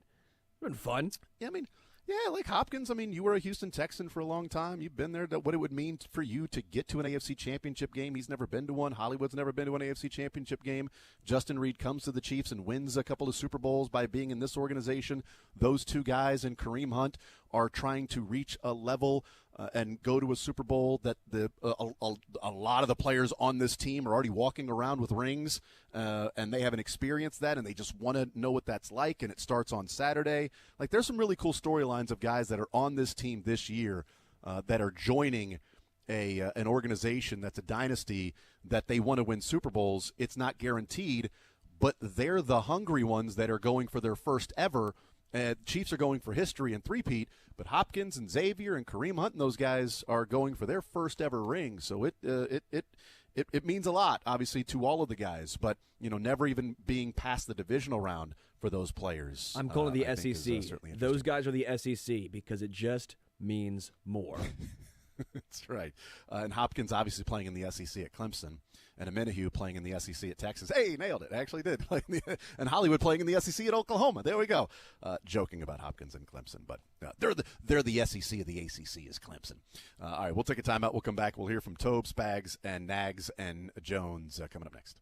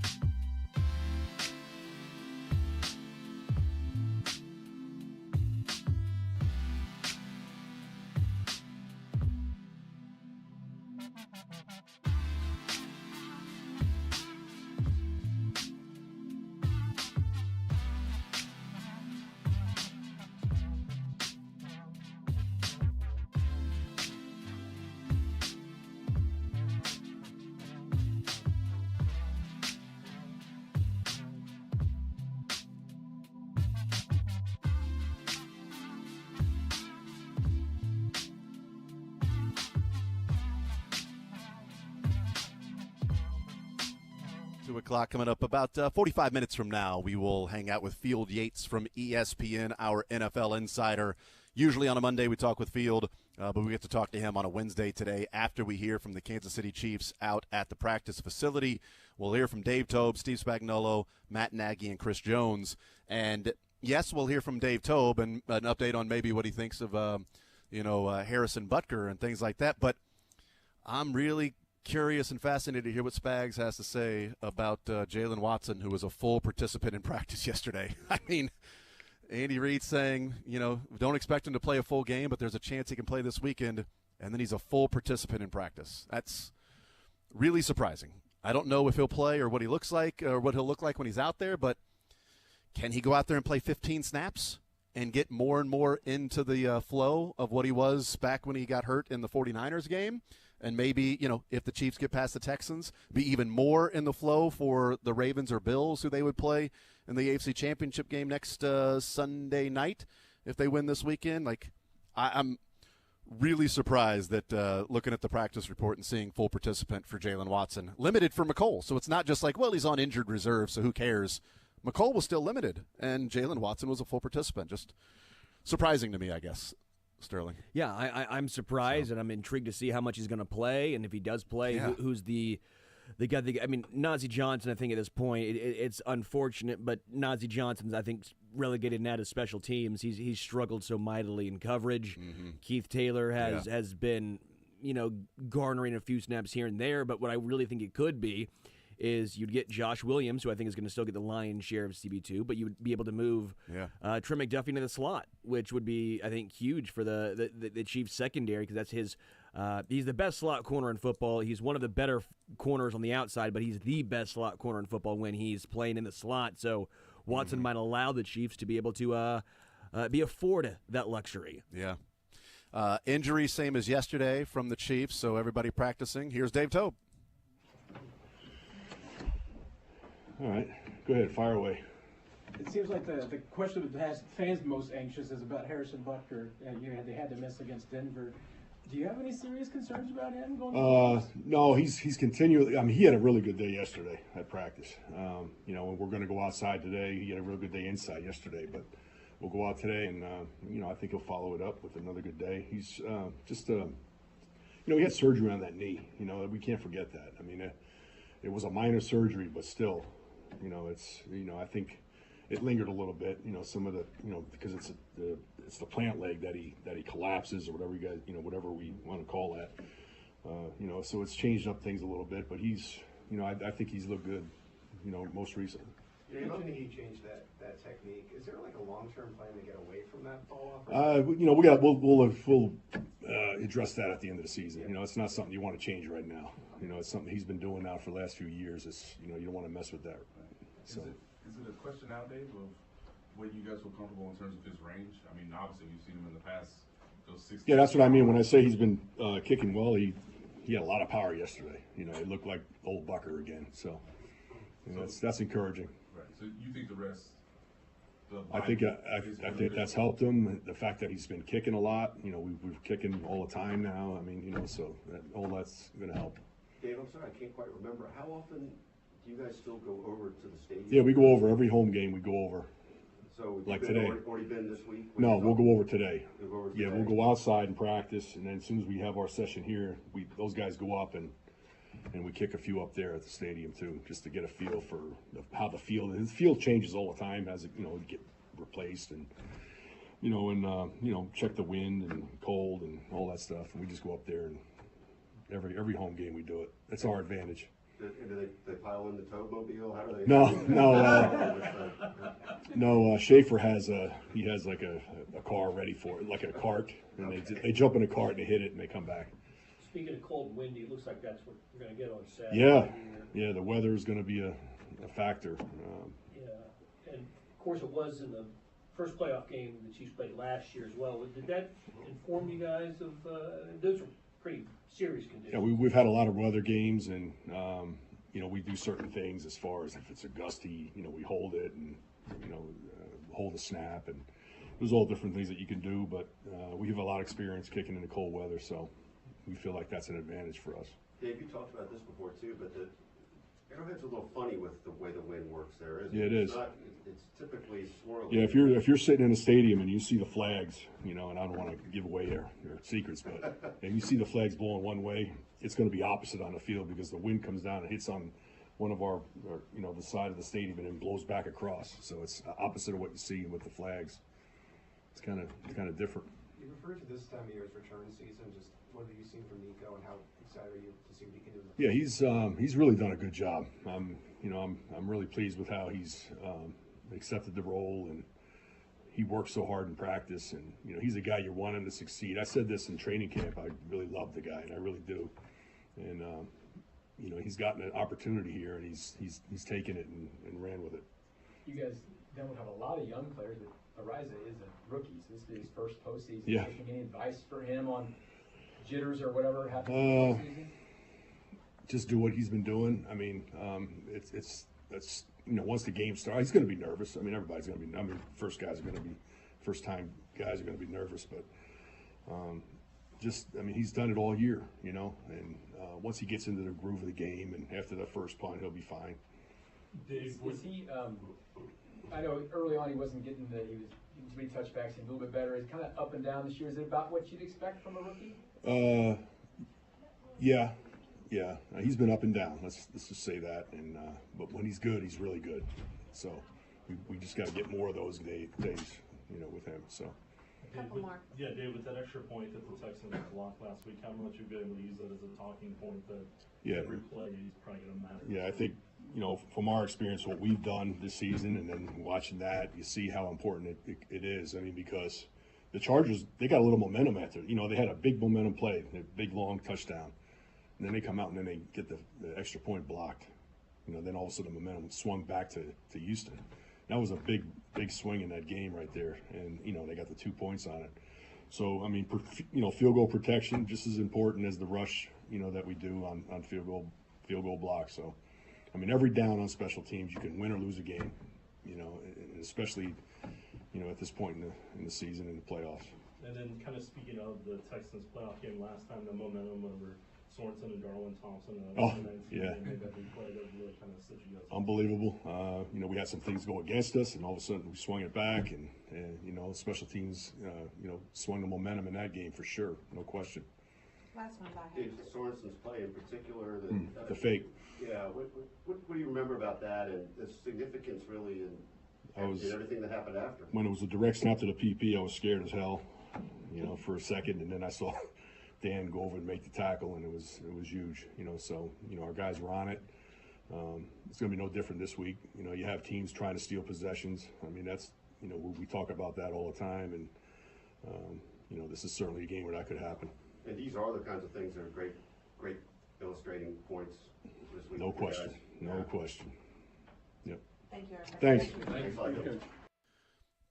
All right, there's Dave Tobe, and yes, that was a huge momentum shifter in that game, blocking the extra point, returning it for 2. That's a 3-point swing. That's an extra field goal. The Texans got the ball back after that, scored a touchdown. They essentially had a 10-point possession by getting that field goal because it's a 3-point swing. Take a point off the board for the Chargers, put 2 on the board for you. Said Butker had a really good day yesterday. Looked like the old Butker, had a lot of power. They'll be outside today at Arrowhead kicking. And, yes, Saturday will be cold and windy and gusty from the north. So it'll essentially, the wind, at least how it will be to everybody else, it would be from the corner of the end zone opposite of the tunnel to then the tunnel. But as Dave Tobe said, whatever way the flag's going, it swirls in there.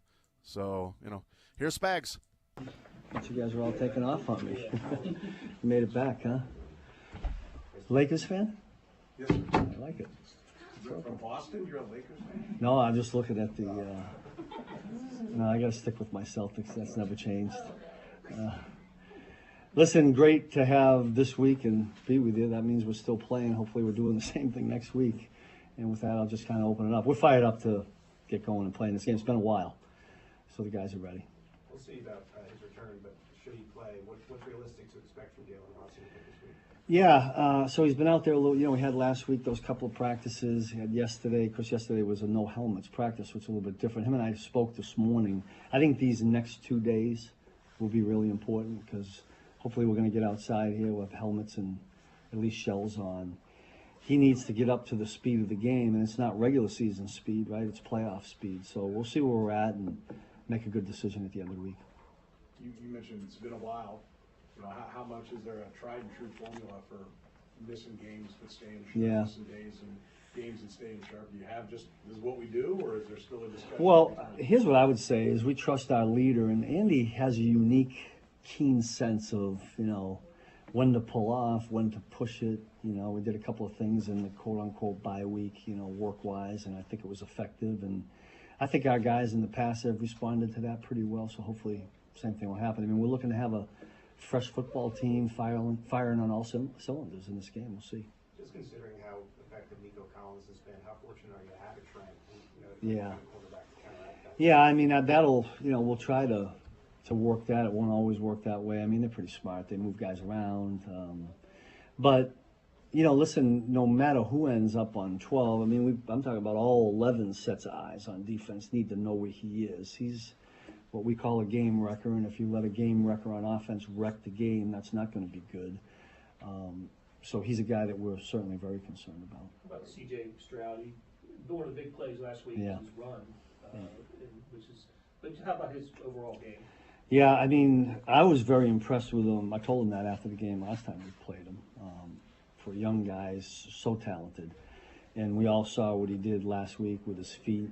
You know, I think when the importance of these games keep amping up, you can expect quarterbacks to say, hey, I might have to run it here. And so we've talked extensively about, you know, trying to bottle this quarterback up, because we saw last week what he can do when he decides to run it. It's like all these athletic quarterbacks we play in this league now. It brings a whole nother dimension, and you got to figure out ways to, you know, whether you commit one guy to the quarterback, turn three loose, you know, however you do it, you got to have ways to do it. Now, with that being said, we got to get him in those situations. I mean, it's first and second down and they're on schedule. That makes it really tough. When a quarterback takes off on a first and second down, you know, run pass call, and it ends up passing, he's going. That's challenging. The first time around, you were headed into 3 games in 11 days. It was a short week by 1 day. Yeah, on a Saturday, you know.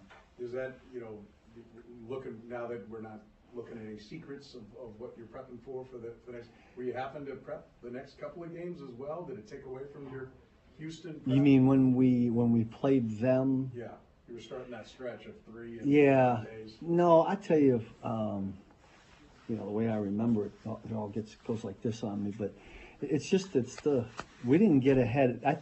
We planned on that, but like I'm gonna say, a month, way early, the bye week, somewhere else that Andy and I were talking about. Did we have a Sunday to Monday game, maybe something where there might have been an extra half a day? And I remember doing a little bit of work because of that, but not during that particular week. On Stroud, he's a young quarterback. He's already won a couple of postseason games. How long does someone have to be in the league and prove things before they kind of have a rep for whatever? They don't call him a rookie anymore. Yeah. They call him I don't know. He won a playoff game last year and this year, right? I mean, that's some playoff experience. I mean, I'm sure they feel really good about the way their offense is rolling right now. I mean, that's the only thing I have my eyes on. And I see a confident team now. I know that after us, they had a little bit of a lull, I think, a couple games. They played Baltimore, and then they had the one game at the end. But coming off of that win last week and the way they played, I would imagine there's going to be a confident group coming in here. You guys did a decent enough job against Nixon, not hurting you in that game. Yeah. Is he a key? Well, he's always going to be a key. I mean, anytime you can get ahead, that helps, right? Because we're trying to get him one-dimensional. I mean, that's just defensive football. When this team is able to go run or pass, I think they're really challenging because the running back is who he is. And it's going to begin with us. We're always talking about the quarterback, we're talking about the wide receiver, but if we don't stop them from handing the ball off and running the football, it's going to be a long day. So that'll be focus number one. Last 2 right here. Go ahead, Ray. Steve, I know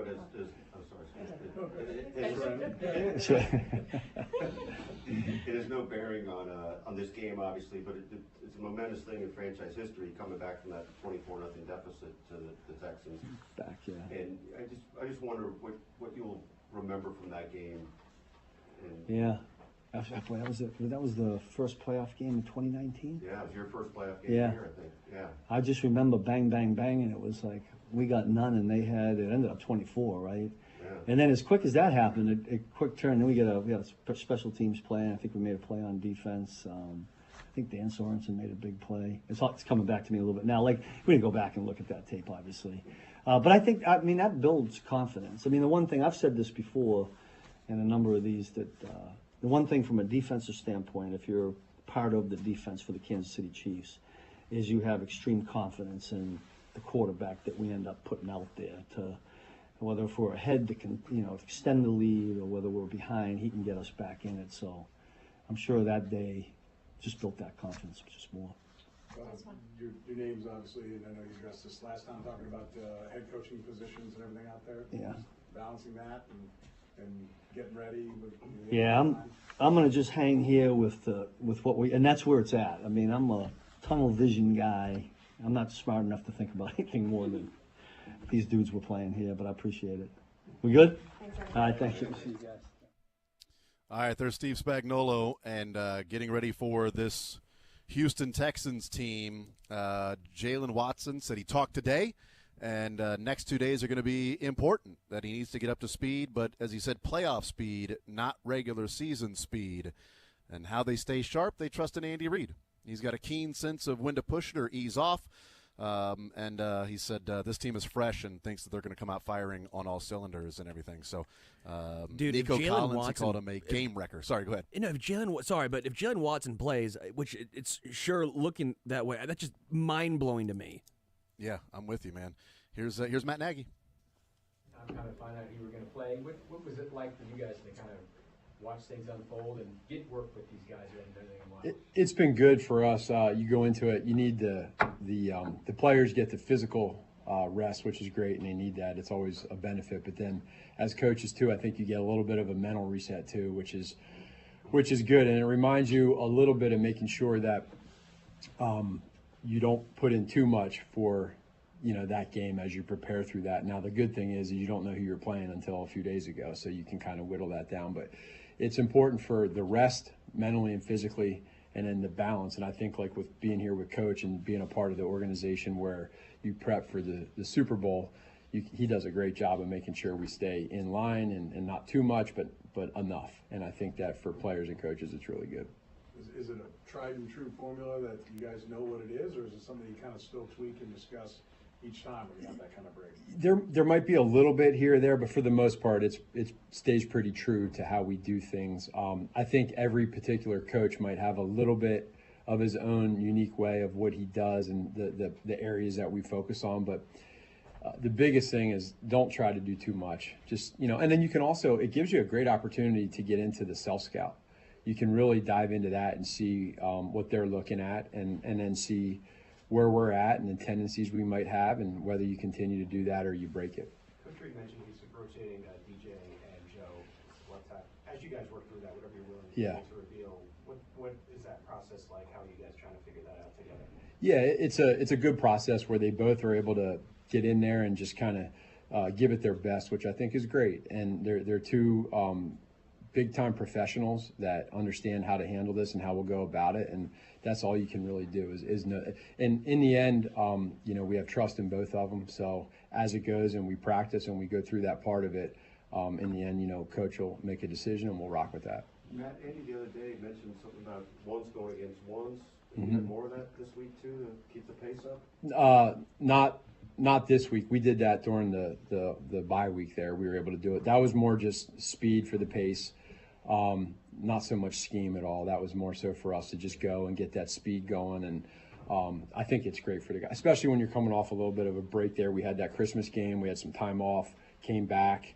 So one of the things that I appreciate being a former head coach and watching how Coach Reed navigates through these times, it's really impressive to see how he handles the temperature of the players and coaches when they get back at it, right, with speed and doing things fast, but then also knowing when he's a magician at knowing when to pull back to with the players.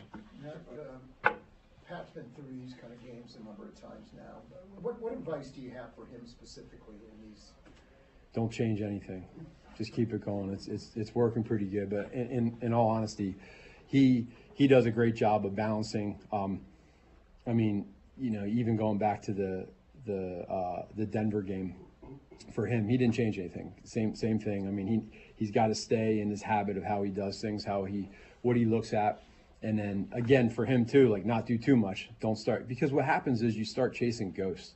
You see so much that you end up maybe sometimes talking yourself out of something that's pretty good. Just considering the Texans front, what are some of the extra concepts you can use to make sure Pat is protected to be able to operate? We have some different things that we like to do. I look back and just see, like with us playing them at the end of the year and the way they were playing, going into that game, we knew what they presented. I think now when you look at that defense in general, their confidence level of how fast they're playing and aggressive, you felt that in the Chargers game. And that's been going on for a while. They're good football players. They lead the league in sacks for a reason. So if we don't respect that, that's shame on us. So we got to have different ways to do different things. And then there's going to be times where there's one-on-one matchups where our guys, I mean, we're all pros here, so we gotta lock down and give them respect. But we believe in our guys too. So I think that's a big part of it. Matt, from a play calling perspective early on in the game, especially these magnitudes, how do you go about getting them into rhythm, building that confidence, and getting that execution to the point you want? It's a critical part of the game in general, is that start. And I think for all of us to be able to just communicate with everybody. And then Pat's got to feel good with it. Coach Reed, the balance of what we're doing. And, again, the one thing that I really am proud of our offense in general of doing is protecting the football.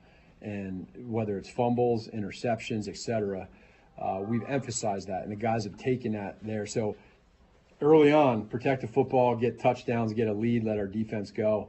But I forget the numbers we looked at as a staff and with the team, but there's a lot of games that are coming down to one score. So you better be good situationally too, so we're able to really lock in on situational football. Matt, you started the season, obviously with history, and I know Andy's addressed this a couple times, a chance to win 3 Super Bowls in a row. Would have been easy to feel like maybe the regular season could be boring, right? Like, or that you guys knew they were going to be measured by this time of year. Obviously, your record says you guys were able to focus, but do you feel like maybe there's a wind in the sails that this is where you knew it was going to be all about the postseason, and maybe there's a little more energy because of that? Yeah, it's not easy to go through what you're saying, because every week you're public enemy number one and you're getting the team's best. So there's that mindset, I think, of the mental callous of being prepared every single week to know you're going to get the best. Now you get into the playoffs, and you have the benefit of home field advantage, which is massive. But we talk about it all the time. The speed of the game is so much faster, and every play matters. I mean, not that they don't before, but like now it's win or go home. So I think it's bigger challenge for us as coaches and for the experienced players to make sure that guys like Xavier Worthy and some of these rookies that are going to be playing a lot is making sure they understand, locking in on the simple things of no penalties, being decisive with that ball security. But now it is go time. And I think the benefit for us, for our players, is they've been there, done that. So we have a little bit of advantage that way, but it actually sometimes makes it harder because there is that thing that's out there as far as what we're trying to do. Pat, like a lot of guys, haven't played for a while in a game setting, obviously. Can you see the things can you see in practice that he's been able to stay sharp, that he's going to come out ready to go Saturday? Yeah, I have no doubt of that. It's probably some people think through of, is that layoff, does it hurt you and that sort of thing, because once you get right back out there and you get in that first play, it's right back to it. So it probably more than anything, Adam, it's the conditioning of the players. And man, our guys yesterday, I just think through a practice yesterday, and it was exciting because we had some guys that were really running around, and when you as a coach we all kind of noticed, like, man, they're running pretty good, and they're getting some conditioning in, and it seems like a lot, but it's good. The players want that. They want the conditioning. So mentally stay sharp, stay on top of timing, physically stay in good conditioning, and then emotionally and mentally, when you get to game day, the juices are going at our stadium, Arrowhead, and it's just going to be a lot of fun, and so you want to kind of balance that. Thank you, everybody. Thank you both. Okay. All right, there's Matt Nagy, Chiefs offensive coordinator. We'll hear from Chris Jones. You're listening to WHB Kansas City, KCFX HD4 Harrisonville. Chris Jones will be coming up here in just a little bit, and we will head back out to the practice facility when the big fella heads up to the podium. Here's Chris Jones right now. Chris, we've had fun with talking to you about sack totals this year and everything, but the honor teams are starting to come out. Your first team, everything. I'm just wondering if you feel appreciated, even with lower sack totals than you've had in recent years. Yeah, that's an honor. You got to very appreciative for my peers and respectable members to vote me in that class. That's a high class. I'm super appreciative for it. I think it goes to show the group of guys I have around me to be able to be flexible and do what I do and play at my best ability. Sometimes a number doesn't allocate the value of an individual and how much they can bring to the table. So I'm glad we was able to look past that and be voted as a Pro Bowl, I guess. But I don't really care about Pro Bowls, man. Like when you think about it, I had 15 and a half sacks my third year and then didn't even make a Pro Bowl. So that's when I stopped really caring about like making a Pro Bowl or All Pro is important to me because, it's like the best at your position. And, that's a respect thing from your peers and also from the league executives. But Pro Bowl, I never really cared about it. I felt like it was a popularity contest, but we care about Super Bowls here, man. Like, listen, they can keep all the bowls they want, man. We care about Super Bowls, and that's what we play for. That's what we care about. That's the most important thing. Chris, you missed that last game. I guess just from a health standpoint, how are you feeling with the calf and everything like that? I feel really, really good. I was able to get 3 weeks of rest and get my legs back under me. It was a long season. Fortunate enough, we was able to seal the first round bye after the Pittsburgh game, and I was able to take another week off. So I basically had like 2 to 3 bye weeks. Feel really good, feel excited, ready to go play some football. As you watched that game you missed, defensive line played really well. Just what did you take away from watching on the sidelines, just seeing them be able to have that production? I told Joe Cullen he's going to get me out of here sooner than later playing like this. Yeah, man, the guys play really, really good. But we got a cohesive group that works really, really well together. A lot of guys stepped up this year, stepped up their game. George, Tershawn Warren was having one of his better years. We had Mike Pennell come in and be a veteran leader for us throughout the year. We had Derek Nottie, who's been here with me from my tenure with the Chiefs. And a lot of guys stepped up, so there's no doubt in my mind that we had any doubt going into the game. And I wasn't surprised off the success we had within the game. I just told Joe, it's like, I'd rather you have the success with me than without me. Then Chiefs start second guessing, like, don't get rid of me this fast. Chris, you mentioned that you're about winning Super Bowls. I mean, you guys had, more pressure than anybody, being two-time defending champions coming in. As you look back on it, like, you're going to be measured by what you guys do now, like you said, winning championships. Was it hard to focus and get through 17 games and do all that the way you guys did? I mean, the record says you did it, but as you look back on it, was it difficult to get through the regular season knowing this is what was going to matter? Was it hard to stay focused? Yeah. No, I think every year is a new challenge. Every year is a new opportunity to go and achieve the ultimate goal, and that's to win a championship. And the journey is hard. You could say that. Was it hard to stay focused? I mean, throughout the year, each individual have their own stuff going on, whether it's at home, in the building, outside of the building, whether you're not hitting your numbers or whether you want to be successful. It's a lot of personal challenge you go through throughout the season. But as in staying focused, I think all of us are here. All of us enjoy being here in the building. It's such a friendly environment. And I think we love the space of being able to compete. Not only just for individual's sake, but as a team. I think that's important to keep the continuity of the group, and I think we do a really good job of holding each other to a standard throughout every game, not just throughout the year, but every game. We understand the importance of every game and what it actually means down the road. Chris, you mentioned about Super Bowls. You got your first Super Bowl sweatshirt on today, right? There's just a handful of you guys who were there on that team who are still here. Do you have any sense at all about how just important this run you guys have been on is to, like, Kansas City? You know, like in 20 years, there'll be people wearing 95 Jones jerseys out of Arrowhead, whether it's here or another state. Yeah, man, I was supporting the 2019 team. That team is different, right? Every team is different in its own way. Every team has its own character. And that team was a special team, man. And I think this team is a special team, but it's different in a way. This team shows a lot of resiliency.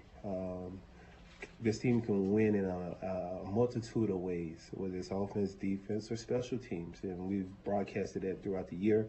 This team had a lot of close games. We have had a lot of injuries, faced a lot of adversity early on throughout the year. So this team has overcame a lot just to be here. So I think that just shows you the testament of how strong and how together this team is and how they can overcome a lot.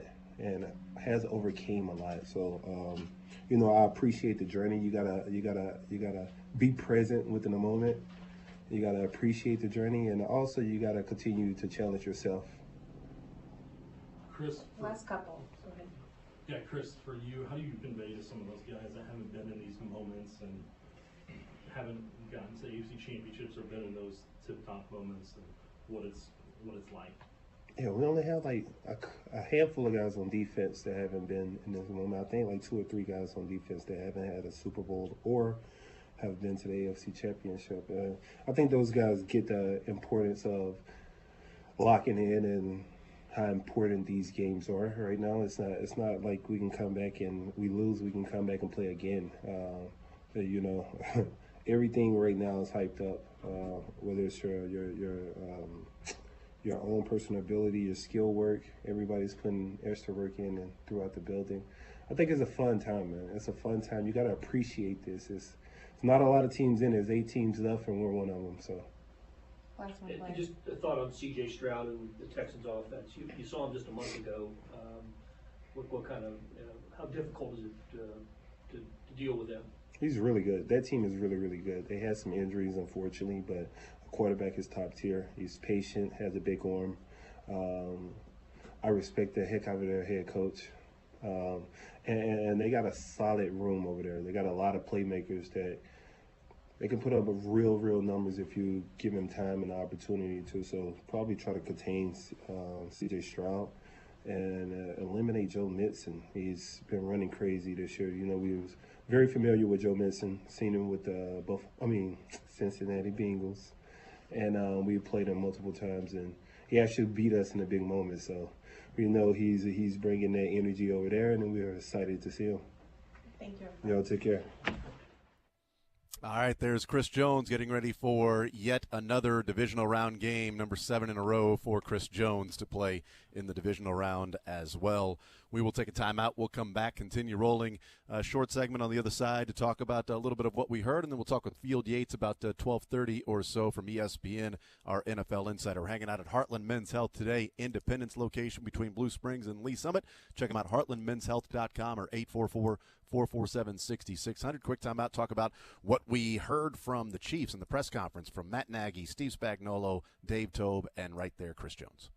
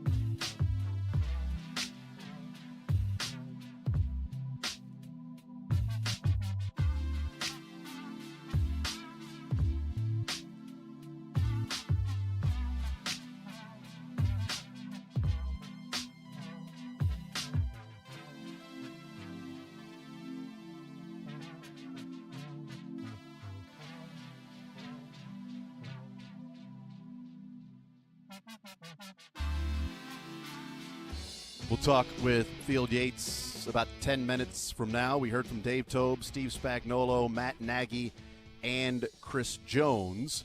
A couple of things to take away from that. Steve Spagnuolo talking about Jalen Watson. We'll see what he ends up doing. He talked to him this morning. Going to look at the next 2 days. They're going to be outside today with helmets on, shells, and see how Jalen Watson looks then. Needs to get up to speed, playoff speed, not just regular season speed. Nico Collins is a game wrecker, and, talked about Trent McDuffie and the matchup there. And he says, we'll try, but it's not always going to end up like that. They do a good job of moving that guy around, but you need all 11 to know about him because he's a game wrecker. And then also about Joe Mixon and C.J. Stroud and that offense, about making them one-dimensional, that, they're definitely going to focus in on Joe Mixon.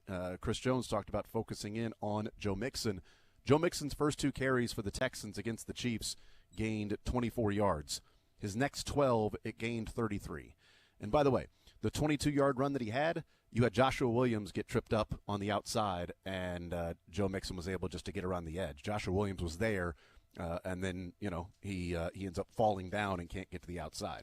That doesn't happen very often. That's the one big run that he broke off. So the Chiefs are pretty damn good in their tackling in the secondary. They focused on Joe Mixon. They did a pretty good job of stopping him, especially after that second carry of the game was 22 yards. After that, 12 more carries, 33 yards for Joe Mixon. And if they do that in this game, then, they have a pretty good shot of coming away with a victory and limiting the Houston Texans, because when they've got Mixon going like he was doing against the Chargers in the second half, they are an incredibly difficult offense to stop because C.J. Stroud is pretty good and Nico Collins is good, and you got to find a way to focus your energy. And if the Chiefs can move them into passing situations and one-dimensional, then, this thing can get out of hand over the weekend, because I do expect the offense to be out there and be pretty crisp. Yeah, I guess again, that Jalen Watson stuff for me is just so badass for a guy who played through a torn labrum last year. And then coming back what feels like way earlier than anyone even expected at all. I'm just impressed, man. That's a 7th rounder who's grinded probably his entire career. I don't know what he was out of high school, all that stuff, but you were drafted in the Washington 7th round. State, so he was still a pretty good, still pretty solid. Yeah. But still a 7th rounder, nothing's given to you, and that's just so impressive. And the fact of the matter is the Chiefs do need some help in that secondary room right now, and I've just been thoroughly impressed with Watson, even being close. And now, again, it sounds like he's going to at least play a little bit, Jason. It sounds like he's going to at least get some sort of run. Well, I mean, they have an opening on the 53-man roster right now. They've got 52 men on their active roster. They've got an opening. Who's it for? I mean, Jalen Watson, coming off injured reserve, would give them their 53rd man. Like, I don't think it's a coincidence, right, that they've got an opening on their roster right now, and Jalen Watson was a full participant yesterday, and Andy Reid saying that, there's a chance he can play this weekend, maybe not a full game. Steve Spagnuolo saying, I had a conversation with him this morning. We're going to see how the next couple days go, and then sort of go from there. I think whether it's this week or next week, I think the 53rd man on the roster is being held open for Jalen Watson to be activated. Because, again, he's got that 21-day window that was activated. They have until right before the Buffalo-Baltimore game and the AFC Championship game, if they get past this weekend. And the Houston Texans, if they're playing next weekend, they have all of next week to be able to activate Jalen Watson, and that would be their 53rd man. I'm guessing that would be the case. One quick one, and then we'll talk with Field Yates. Matt Nagy talking about Patrick Mahomes and said, the thing about Patrick Mahomes, don't change anything. Just continue to be him because, that's been pretty good. But he said, don't try to do too much. Sometimes if you try to do too much, you'll talk yourself out of something that would work. He said, don't see ghosts that are out there. It's funny because Sam Darnold said I was seeing ghosts, and people thought, like, is that in the backfield or whatever? And I wonder if that's like a term that Matt Nagy and other guys use of seeing ghosts, and like, well, we were in something that would work, but I saw something different. I didn't trust myself. I switched it out of it, and then now it was a bad play. Don't see ghosts and do something like that. That, to me, was the second half against the Bengals for Patrick Mahomes when they ended up losing that game in the AFC Championship game. Like, they were doing stuff that, he was pulling an RPO and throwing it when there was nobody there to cover the running back. And the offensive linemen are like, what happened? There's nobody here. Why didn't you hand it off? And it ends up being an incomplete pass or an interception on one of them. There's a little bit of that when trying to do too much or seeing ghosts. It's the only time we've seen Patrick Mahomes in the playoffs do that. And maybe he was doing that against the Cleveland Browns and looking for, extra or longer chunks. Certainly against the Texans and the Steelers. Here's the play. There's the read. Get the ball. Throw it on time, accurately. Footwork. Boom. Move the chains. Best offensive output back-to-back games. I think we'll see Patrick Mahomes beat Patrick Mahomes this weekend against the Houston Texans. We will talk with Field Yates coming up next, get his thoughts on these NFL games this weekend, the Kansas City Chiefs getting ready for the Texans, the other side of the bracket, and some other things with Mike Borgonzi being a finalist for the Titans GM job, what the latest is with that, and pick Field Yates' brain on some matchups from this weekend. We'll take a timeout, come back, more Zone next with Field Yates.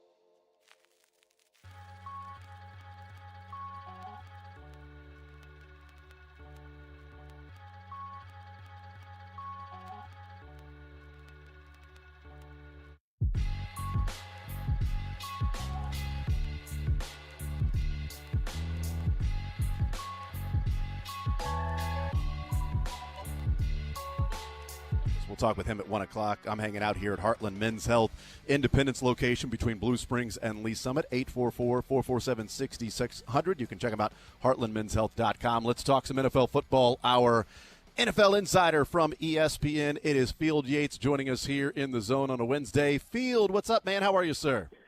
Jason, I am doing well. I think we are just days away from what I still believe is the best football weekend of the playoffs. 100%. Wild card made a nice push, though, with the addition of the 2 extra games. But this feels like, we are about to enter what should be like a 4-game slate of just heavyweight bouts in all 4 of them.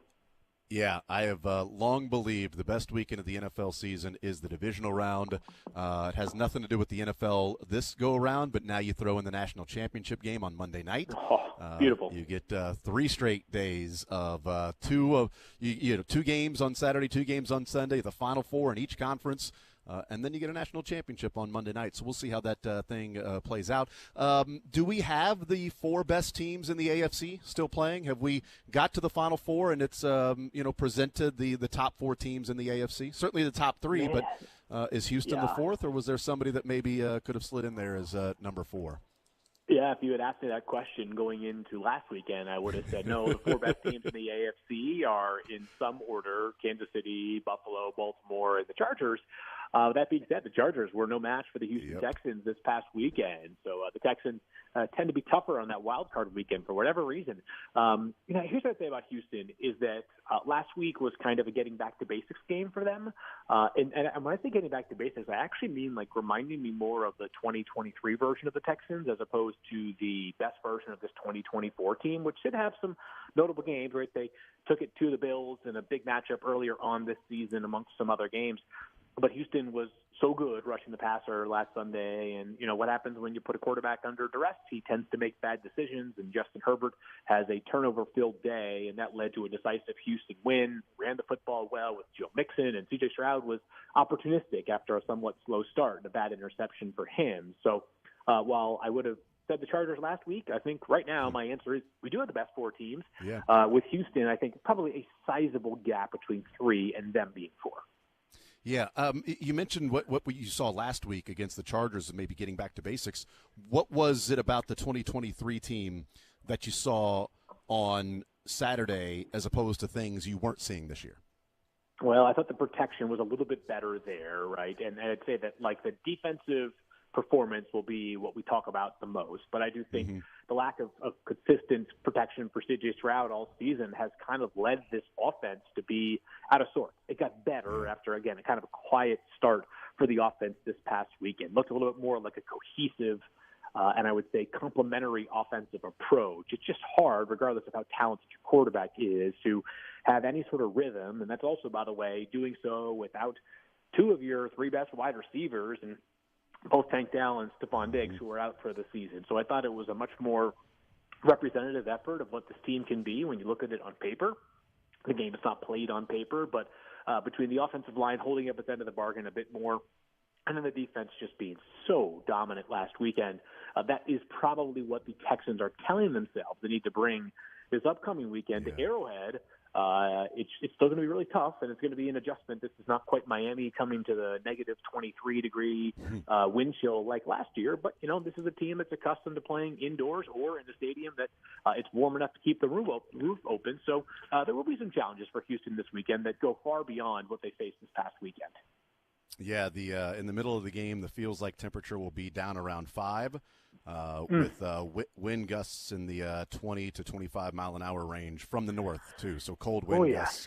It's not going to be Miami. It's not going to be negative 27 wind chill.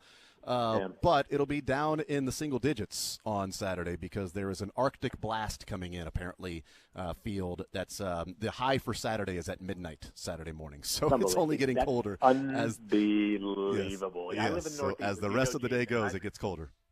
Yeah, we've been largely spared from significant snow so far this year in the Northeast. We've had that bitter cold as well, but sounds like Kansas City has been getting it pretty good so far here in 2025 weather-wise. But I got to imagine the Chiefs players that were on the team last year are saying to themselves, 5 degrees on Saturday? That's what it's going to feel like. That'll be summer. Patrick Mahomes might go out there shirtless pregame, especially with the extra dad strength that he now has from being a 3-time father as of just a few days ago. So I can't imagine Kansas City and the Chiefs are too bothered by the elements this upcoming weekend.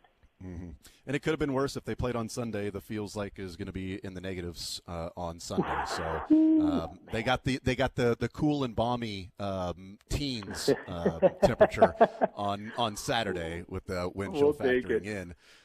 What do you think of this matchup? Field Yates, our guest from ESPN. What do you think of this matchup with the Houston Texans? They played a month ago. Obviously, things will be different this go around, and how the Chiefs will, whether they hold stuff back or what they have for the playoffs or how they play. But the Houston Texans coming off a confidence-building win over the Chargers. But what do you think of the matchup as they head here to Arrowhead, weather aside? Yeah, I'd say that, when I think about playoff matchups, because of the fact that it's any given Sundays, there's a part of my brain that says to itself, all right, so what's the best version of each of these teams look like, and who's better? I think the best version of the Chiefs is better than the best version of the Texans. But we also know that the playoffs don't guarantee that you're bringing out the best version of that team, right? Because I would have said the same thing about the Chargers against the Texans this past weekend. So it's almost like I'm looking for the median outcome of these two teams. And I say that to say that if Kansas City plays close to what they have played like for much of this year, they're a better team. They are going to cause some serious fits for this Houston offensive line that I mentioned played better last week, but has been way too inconsistent last season. They're also going to make you pay. The Chargers did not make the Texans pay last week when they get the early turnover of C.J. Stroud in Houston territory. A couple of plays later, what happens? Justin Herbert is picked off. The Chiefs, as we know, they break your soul, and then they find a way to score touchdowns while doing so, or prevent points when doing so because of the defensive proficiency they have this season. There's not a player that I sit there and say to myself on the Texans offense, hey, the Chiefs just don't have an answer for that guy. Now, defensively, it's going to be, the Chiefs offense against the Houston defense. You got to find a way to protect this. It's a multi-layered pass rush, that's for sure. It's not just Daniil Hunter and also Will Anderson.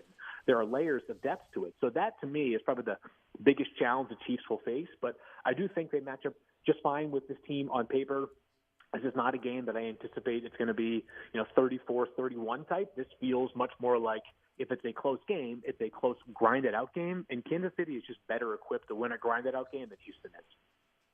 Yeah, if the Houston Texans start out with their first 5 possessions being fumble, 3 and out, punt, interception, punt, I don't think they'll be down 6-0 in the game. The game will be over. Yes, they might be down 60-0, which is not literally possible in 5 possessions, but you get the point.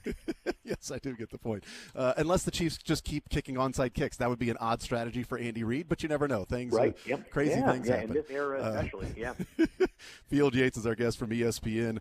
The marquee matchup is what's taking place on Sunday night there in Buffalo. It's the Baltimore Ravens, the Buffalo Bills, and it's so anticipated with this one. One of the things that we kind of talked about this week, and curious to pick your brain about, who would this mean more to win? Is it Lamar and his legacy and reputation, or is it, Josh Allen and, getting past Baltimore and getting past the divisional round for the first time in 4 years after, playing the Chiefs in that 2020 AFC Championship game? What's it mean more to? Which quarterback is legacy, more reputation on the line? Yes. The answer is yes, right? Because there is no correct pick here. I guess both are correct answers. It's such a fascinating debate because I don't think anybody is viewing this as the last opportunity for either quarterback and by extension either team to make its mark in the playoffs. But the reality is that because of the fact that Patrick Mahomes is also in his 20s, this is not like, there have been other phases where it's like you just got to survive it, right? We kind of saw the passing of the torch in the NFC North. It was like eventually Aaron Rodgers isn't going to be dominating this division forever, or Tom Brady in the AFC East, right? It's like, hey, now it's Josh Allen's time.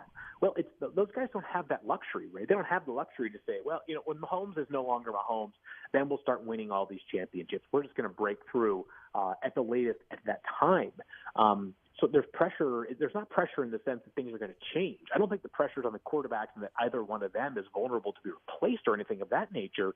It's just that when we're talking about legacy, to your point, like we don't measure legacy in passing yards in a Week 13 win over somebody. We measure legacy by how many Super Bowls have you won? And for all the greatness that these two players have accomplished individually, I think Lamar Jackson is basically a lock to win his third NFL MVP because of the fact that he was the first-team All-Pro quarterback, which has been the MVP for like 10 straight years. Like, it's a guarantee he's about to be a three-time MVP. That is rare air for a quarterback. That's more than Patrick Mahomes to this point in his career. But Patrick has 3 of something that Lamar has not yet even participated in, being the Super Bowl. So I think if I had to make an answer, I think the answer for me is actually Josh Allen. I know that sounds kind of counter because of the fact that I just highlighted the 3 MVPs for Lamar. It just feels like people have viewed the Bills' window as being slightly narrower than Baltimore's, probably because Baltimore has a longer track record with a lot of this front office that's currently in place, rebuilding the roster, retooling it, and keeping things afloat. That being said, there's a tremendous amount of pressure on both of them. Like, I fear that we're going to spend a lot more time than we should on Monday morning doing a eulogy on these teams, on one of these teams, as opposed to probably just, like, giving credit to who it is deserved. Because whoever wins on Sunday, like, I don't think this is going to be a game where they win because, like, the kickers and the defense do all they can. I think one of these quarterbacks is going to have a Superman effort, and that's going to be the difference. Yeah, I'm with you, and I landed on Josh Allen as well, even though, like, Josh Allen has played really good football in the playoffs, has elevated his play in the playoffs. Rare to do that. Patrick Mahomes has done that. Lamar, in the passing part of his game, has been diminished and has taken huge steps back in the playoffs. But how we look at this, I mean, if the Ravens played in the AFC Championship game last year, if the Bills lose this, it would be 4 straight losses in the divisional round, 3 of those at home, and the last 3, which I think is interesting for sort of status in the AFC, the last 3 losses would be to Mahomes, Burrow, and Lamar at home for Josh Allen. Those are your contemporaries, right? And you would be knocked out by each of them. Mahomes the year before that in the divisional round. So you'd be knocked out by your, the 3 other people in conversations for who or 2 other people in conversation for who the second best quarterback is in the NFL, and you would lose home games against them. That's pretty difficult to overcome. Yeah, no doubt about that. So, again, we can flip. I don't want to. We can fast forward to 5 months from now when I'm doing my season, thoughts, look ahead, and I'm still going to have these teams at the very top of the AFC heap. But safe to say that there's a lot of pressure on these 2 guys come Sunday, and it's all the more reason why it's a compelling game. I didn't spend too much time thinking about what the 4-game schedule is going to look like this upcoming weekend, but the lock of the century was that game being the Sunday evening game to draw just a massive, massive audience. 100%. The lock was Eagles and Bills and Ravens on Sunday night since the Eagles played the team on Monday night. That was the lock. Yeah, That's exactly what it was. No 2 ways about that. Yeah, Buffalo and Baltimore, real quick while we talk about it, who do you think wins? Who do you have in that game Sunday night? Oh, man, I lean towards Baltimore, but if you can tell from the hesitation of my voice, I don't feel supremely confident in that. It's more like a 52-48 vote of confidence as opposed to, hey, I feel pretty good about just like 2 predictions this weekend. I feel pretty good about Kansas City and Detroit. Those are the 2 teams that if you ask me to rank my confidence in them winning, it's in either order, flip a coin, and then probably Kansas City because I am just really impressed by Jaden Daniels, like everybody who has ever seen him play.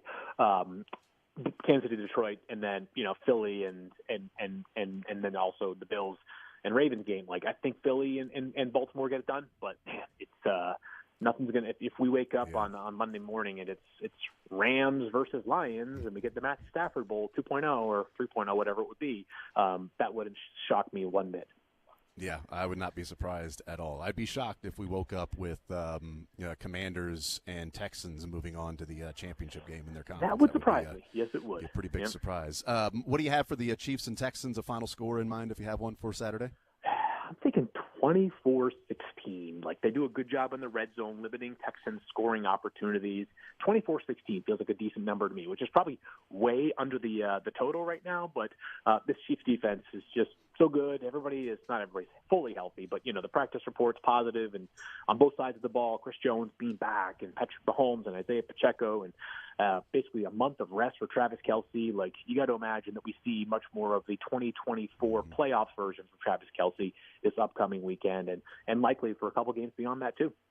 Yeah, I'm with you on that one. I wanted to get your predictions there because I wanted to pick your brain on a couple of other things. One of those being Mike Borgonzi's moved on to the next round of interviews for the Titans general manager job. I guess I would wonder if you've heard anything in the latest there, and is that a coveted job if maybe Chad Brinker has his thumb on some things around there? If Mike Borgonzi was offered the job, is this the opportunity for him to say, you know what, I'm ready to take the GM job and not hold out maybe for another team since he's a hot commodity? Yeah, I was going to say this. He feels to me a little bit like where we were with Adam Peters, who now is the GM of the Washington Commanders, where every time a job is open, his name is going to be connected to it because he's checked every box. I said this on Twitter yesterday, the day before. I just think you'd be hard pressed to find a more qualified candidate. If you want to make the exception of somebody who's done it before and had a lot of success, then that's something you can quibble with. But I think to myself, all right, the assistant general manager, what are you involved with? Oh, everything. And what's the best roster in the NFL? What's in the midst of, already one of the greatest dynasties that we have ever seen? And yes, you have Patrick Mahomes, who might go down as the greatest quarterback of all time. This has also been a team that's shape-shifted. They have totally retooled the roster. This has not been a dominant statistical season from Patrick. It was not last year either, right, Patrick? Perhaps one day we'll look back on it. Infamously was not named to the Pro Bowl this year, right? So I just think Mike has the credentials of nailing drafts, being very opportunistic in free agency, doing great jobs on trades. The salary cap has been well balanced, and I'm not saying he's solely responsible for each of those tenets, but as the assistant GM, you have your hand in everything, right? So clearly he has some responsibility in every move the Chiefs make. So I just think we're probably long past time for him to get an NFL GM job, and there's a part of me that hears where you're coming from on hey, should you hold out for a better job? And I just, in my personal mindset, might be, given how unpredictable the NFL is and how very frequently these days it does feel like GM jobs are oftentimes packaged with coaching jobs, that if you get offered one, I'm at least thinking long and hard about it because they're hard to get and they're very coveted opportunities. And while there are a lot of things you got to clean up in Tennessee, worse ways to start than with the number one overall pick in the draft, even in a draft that does not possess a slam dunk quarterback prospect. Yeah, because then you can always trade down if a team wants to really move up and grab that quarterback if you don't believe in one of them, and you can get a haul and really, really start over there. Field Yates from ESPN NFL Insider. Field, great stuff as always. Appreciate the time, brother. Enjoy the football this weekend, and looking forward to our conversation next week when hopefully we're talking about Chiefs and whoever wins between Bills and Ravens. Thank you, sir. Appreciate it. Yes, sir. Have a great weekend, Jason. We'll talk to you next week. Absolutely. There's Field Yates from ESPN NFL Insider. He's got the Chiefs 24-16, leans Baltimore 52-48. Not the final score. That's his percentage of him leaning Baltimore winning. But 52-48 could be a badass game. So, I wouldn't object it, whoever wins, if it's 52-48 in that one. But 52%, 48% his lean towards Baltimore. So we'll see. And he landed on Josh Allen in the Josh Allen-Lamar, who's got more on the line in this weekend's matchup. And I'm with him on the Josh Allen part of it as well. We'll take a timeout, come back, continue rolling more zone next.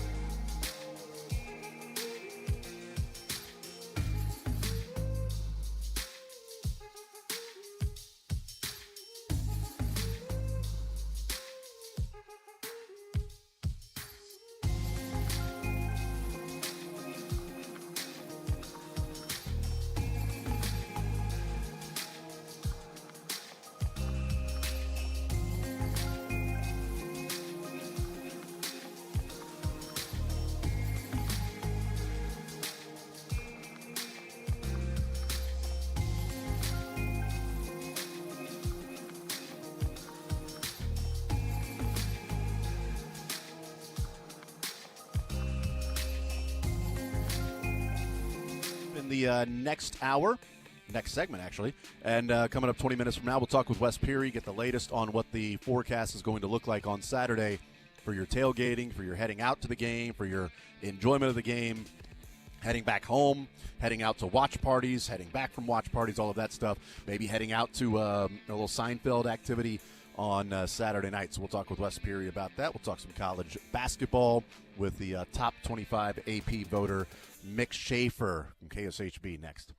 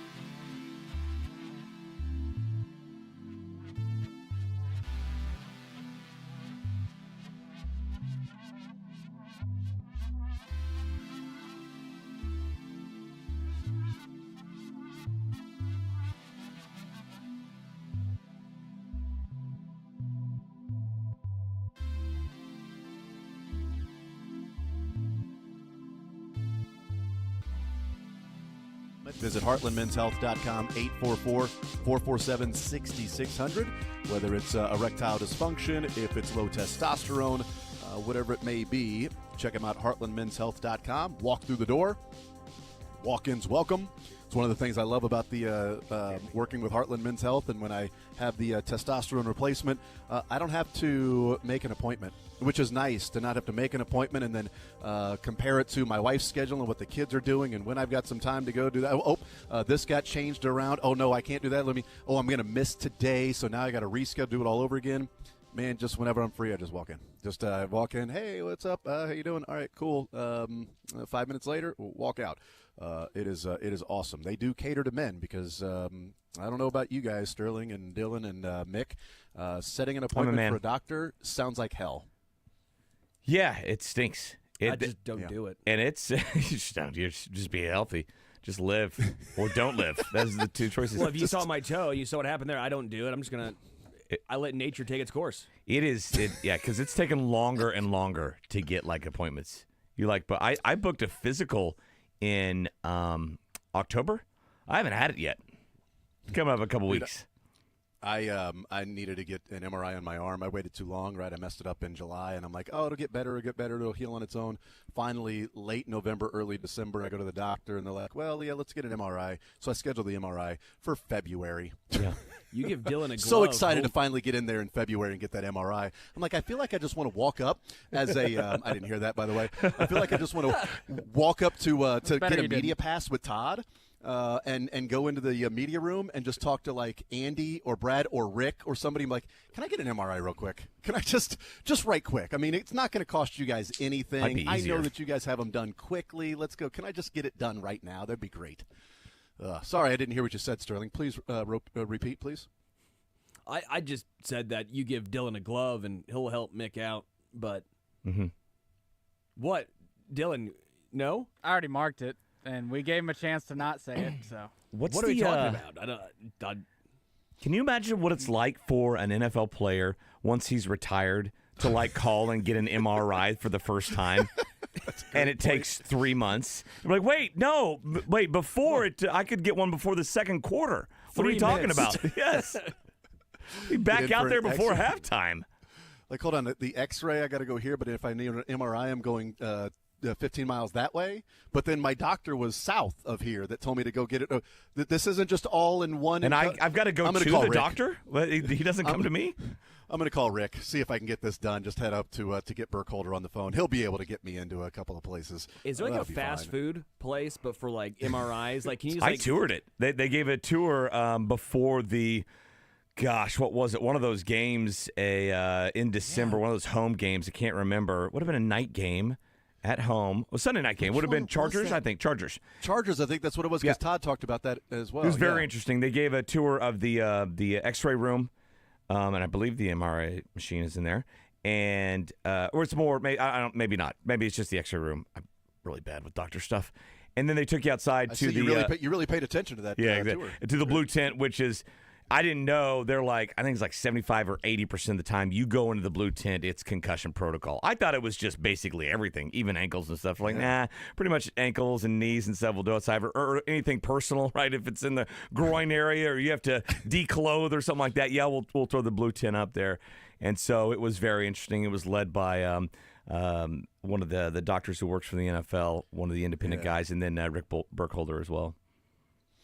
Visiting with Mick Schaefer, who's hanging out with us. In about 10 minutes or so, we'll talk with Wes Peary and get the latest in the forecast for Saturday. On. Yes, stepping on my toes, forecast. Aren't you, Wes? He's like, hey, I know you're having Mick on Wednesday, but I'd love to come on and just nudge him out. No, I hear. Class up the show, Yeah, just step all over his I'm a time, scientist. He says that all the time. I'm a scientist. Shut up, Wes. It's like jocks versus Put another bow nerds. tie on, exactly. Yeah.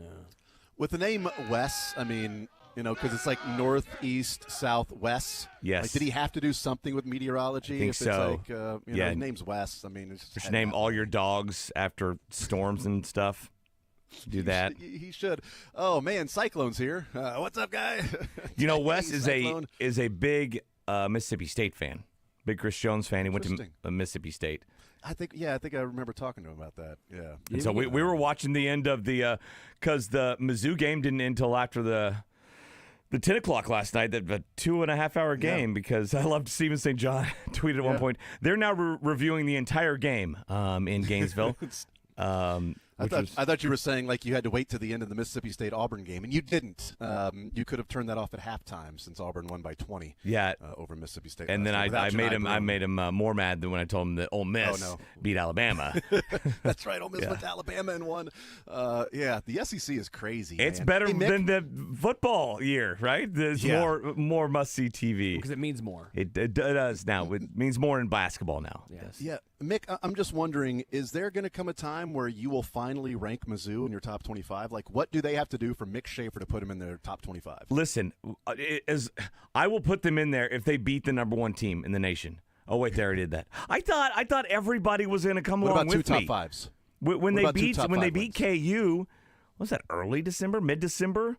When they beat KU, I'm like, oh, hell, we're all going to rank him. I look back and 8th. Nobody's coming with me. It's like a Will Ferrell streaking, and there's nobody else coming to the quad. You're Jerry Maguire. Who's coming with me? I had my goldfish. All right. Mick, a little cold outside? It was. Yes, it was. It's December 8th. I mean, yes, might be cold. You guys, so you've had them. Just got to run it by Marissa first. Have you had them? Everybody's doing every it single week. So. I dropped him to 24, I believe, before last week. Would have been after the Auburn loss. I dropped him a couple spots, but it's the loss to Auburn, right? And all three losses are to ranked teams, to good teams, and then you have a win. You've done something that only two teams in the country have done. The two teams played last night, beat a number one team, right? Yeah. Tennessee and KU, have they been the only two number ones? Yeah, and Florida beat that number one team by 30. By 30 in their home. And Missouri went there and won in that same place that Tennessee lost by 30. Yeah. I think it's looking around the country, like if it's not one of it's the best, or certainly in the conversation of one of the two or three best wins in America against Florida top five, and how they've played this year and what they've done this year and what they did to Tennessee at home. Their only loss was on the road at Kentucky, losing 106-100. Yeah. Who's got a better two-pack of wins out there?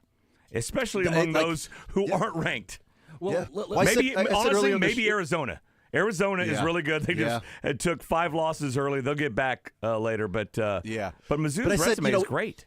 If Mizzou's going to be on the bubble, Mick and Sterling and Dylan, if Mizzou's going to be on the bubble, how many bubble? Because if you look at the rest of the season for Mizzou, they don't really have an opportunity for a bad loss. Like, oh my God, that's a terrible loss. So they're going to end the season with no quad 3 or quad 4 losses on their resume, and they're going to have at least KU and Florida on their resume. Like the bubble teams out there, if Missouri's even on the bubble, if they're right on the bubble or on the outside looking in, how many other teams would have that resume to where you're going, well, you compare this good win against that quad 4 loss that they had in the non-conference.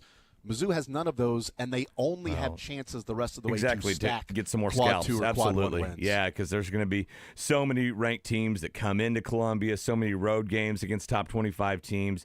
Real opportunity here, and it's funny. This is kind of the part of the season where you position yourself in the top 25. I've learned so much from Blair Kirchhoff. He brought this up the other night in that, okay, you're going to get Mizzou's going to go 1-1 the rest of the way, right? It's going to be you might kind of end up where you are right now for a lot of these teams in these big conferences, even the KUs of the world. I mean, a lot of weeks are going to be 1-1. Yeah, you have your 2-0s, maybe a 0-2. But it's going to be a big win on Wednesday, dud on a Saturday, right? And we see it so often.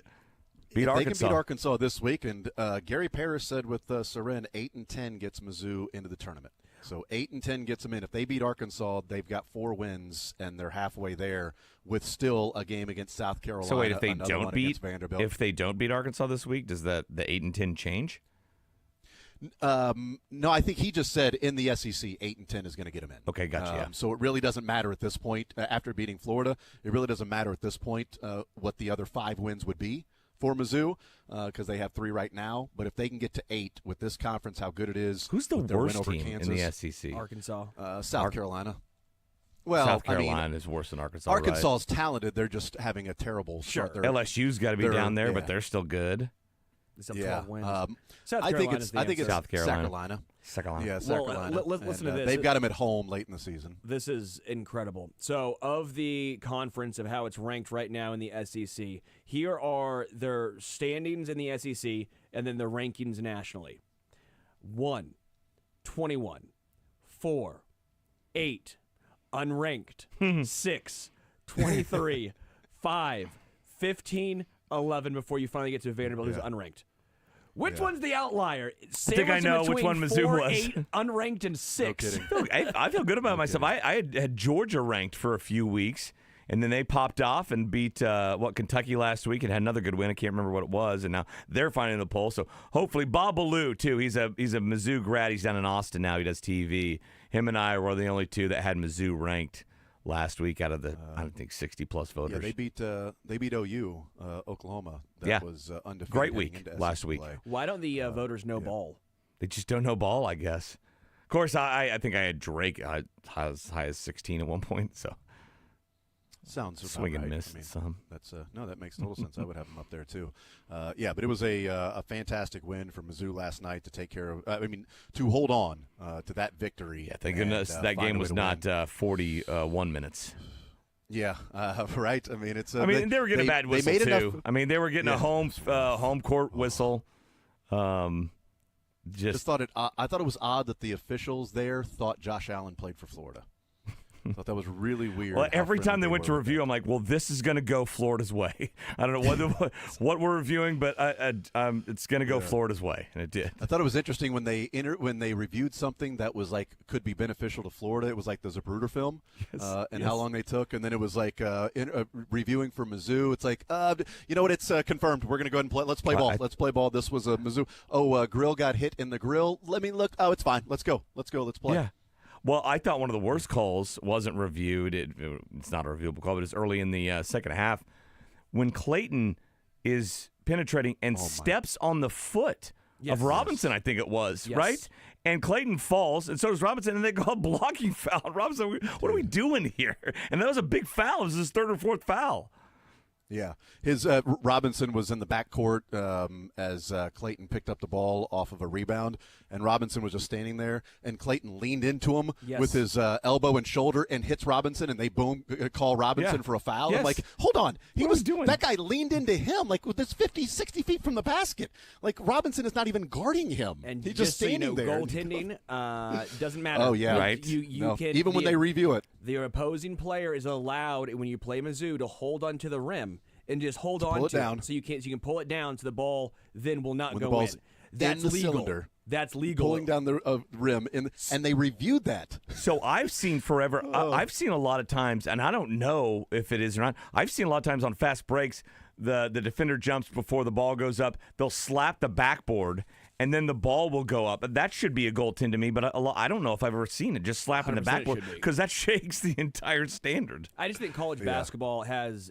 And well, the ball's still on its way up. Then I guess does that count? I have no idea. And not just because when of you this hit the game, backboard. but I do think there's a issue in college. I mean, we can say about almost any sport, but there's a referee issue in college basketball. They're just too fast. But it's not just because. NBA refs, I think, for the most part, are actually pretty good. I think. What are we doing here, Sterling? Aren't they the most made fun of? Well, because they let them play. They a lot of times they let them play in the NBA. College, all these fouls, half of the fouls that are called in college basketball, NBA, they just will look at you and say, "What are you doing?" Well, yeah, I mean, it's Throw like pass up. interference from college football to NFL. They're going to let a lot more go. They let more go in college for pass interference.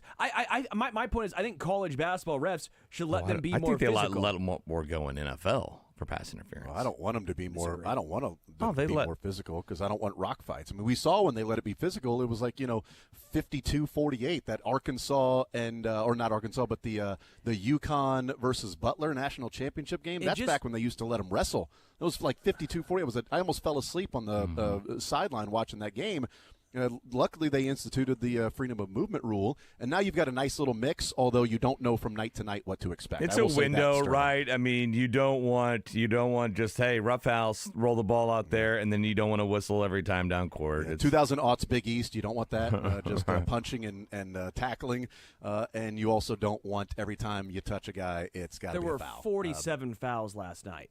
Oh, yeah. 47. I'm not saying last night was good. It was a Well, ref show. It's just that I don't was a want ref them show to be last allowed night. to wrestle. Because then, if you call it, tight, then you have to adjust. And that's how you're going to have to play ball. It happened twice, and they reviewed the one on Florida. That's when they called the hook and hold on Grill, I believe it was, but almost on back-to-back possessions. And you see it more and more in college basketball. They're calling basically a box out a foul. Right, if you get under a dude, and if you move him back, which is how it is taught, how it's supposed to be in boxing out and blocking out, they will call that a foul a lot. Especially some of the times the guy is a little bit up in the air. I'm like, what? I mean, this is basketball 101. If you're calling that fouls, then we're going to be here a long time. Yeah, the thing that Missouri has going for them, and what was impressive last night is. I went back and looked in the 18 games that they have played this year, 17 games that they have played, I should say. They have 8 different players of those 17 games that has been a leading scorer for Mizzou in the game. Bates has done it 4 times. Mitchell and Grill have 3 different games where they were the leading scorer. Robinson, Perkins, and Warwick all have 2 games where they were the leading scorer. And then Jacob Cruz and Trent Pierce also have a game where they were the leading scorer that particular night. And what I said, Mick, in the first hour is that, against Kansas, when, Missouri wins that game, it was, Tamar Bates had 29 points. He was phenomenal in that game. 5 steals and, just all over the place. And Mark Mitchell had 17. He was really good. And Grill didn't even play in that game, right? And then in this big win, Bates didn't have that great of a scoring night. He was off. He wasn't knocking down threes, and I think he made some rough decisions at times with the ball in his hands. But Caleb Grill made up for it by dropping 22, and hitting 6 threes. I And think he's it a was game his changer. night. Him coming back for Mizzou, I really Yeah. do. I mean, he's more. Last night was more just a 3-point show. I mean, he was missing free throws. I think he had one 2-point bucket. But he's a guy that can score anywhere. And he's played 3 years at Iowa State, played in the Big 12 in huge games and great venues like Allen Fieldhouse and all over the place. Moment's not going to be too big for that guy. I think having him is a big game changer. It's going to take a lot of pressure off Bates. And Robinson, as he develops, if he's going to be kind of like that alpha dog as well, and to where, at times they're dumping it off to Mark Mitchell. I'm like, oh yeah, Mark Mitchell's on the floor. He's the most athletic dude on the floor, and exactly. And so there's so many pieces there, and I think Grill is a big piece. I do think someone who needs a shout out is T.O. Barrett. Yeah, T.O. Barrett, the freshman. I was a little perplexed. Maybe I missed it. I don't know what happened to Warwick. Did he get injured? Did I miss something? No, he just wasn't playing. He just wasn't playing much. He played 2 minutes, and so when Robinson did Shaw play last night? When no, Shaw didn't get off the bench. They he cheered at times, but they played the game, 12 guys last night, but a couple guys for only a couple minutes. But with Perkins getting thrown out of the game for, of course, why wouldn't you throw a guy out for? I hope they're proud of themselves that they can legislate intent on that thing. Man, that was I mean, give me a break. As you're taught to go through the belly button when you do a rip through. It's a rip through, and he didn't even flex that elbow anymore. No. It was, it's just there. He didn't wing it out. It was where he had the ball, and then he ripped through. And I don't know. Look, it could have been intentional, but I don't know how they legislated that. Some say the cylinder rule's there, but apparently that's not a rule, so you throw out the offensive player. But with him getting thrown out and then Robinson with 4 fouls, T.O. Barrett, the freshman, I was a little perplexed. I was like, where's Warwick? What's the move here? They needed a ball handler. But, Warwick isn't going to be a guy that's going to handle the pressure with Clayton. You need somebody to handle the ball and bring it up. That's Robinson and Perkins. And with both those guys out of the game, your next one is T.O. Barrett. And you know what? You coached him up. Time to go play. This is what you prepare him for, and they had to go in there and perform. I just thought his defense was very impressive, and I thought his ability to drive and control the ball was very, very impressive as well. Yeah. No, it's a good shout out, Sterling. He deserves some credit by playing those last 6-7 minutes of the game when Perkins got tossed out of the game and Anthony Robinson picked up his 4th foul. All right, so the Chiefs come up on Saturday at 3:30. Let's bring in Wes Peary here from KSHB 41. It's Wednesday, as most everybody knows right now, unless you're listening to the podcast tomorrow for Wednesday. It'll be Thursday for you. But as the temperatures may change, I don't know. Wes, welcome into the show, sir. This Arctic blast, is it still supposed to arrive sort of the same time on Saturday? What are we looking at for Saturday throughout the day as this thing hits town? Arctic blast. You sound like a meteorologist right now. I mean, it. Arctic blast, cold fronts, wind chill. We'll just use them all. First of all, thanks for having me on, Jason. I just want to say I'm starting a new positive streak of being on the radio. Previously, I was on for, I forget which game it was, but before I made that appearance, I was on the radio twice in high school defending my classmates as we believed we should not have had 4 different law enforcement entities called on us for doing our senior prank. So we can just keep this going. Wait, what was your senior prank, Wes? Hold on. Yes, yeah, hold on. We'll get to the hit forecast, the pause but we're button gonna here. We all know the rewind forecast here a by little now. bit. Forget. I mean, it's 20 degrees and it'll be midnight. It's gonna be awful. All right, let's stop. Last night in the news, I'm like, I'm done, Wes. Every sentence you say gets worse. Okay, we know it's gonna be awful. Nick told me to shut up. Let's see what people forecasted your future to be after the senior prank. What was it? Oh, it was good. I ran away. I ran away in time before it got really, really bad. I didn't end up in trouble like many of my classmates. But I mean, all we did is we went into the school. We had access. We just say that there was a coach/teacher that gave some students access to the building and off hours. All we did was we went in there. We, as in, I wasn't there, but I was part of the big group that had this great idea. Is that we just blew up a bunch of balloons, put them inside the principal's office, and then we took some chairs, just desks, and we put them on the soccer field. We put them on the football field.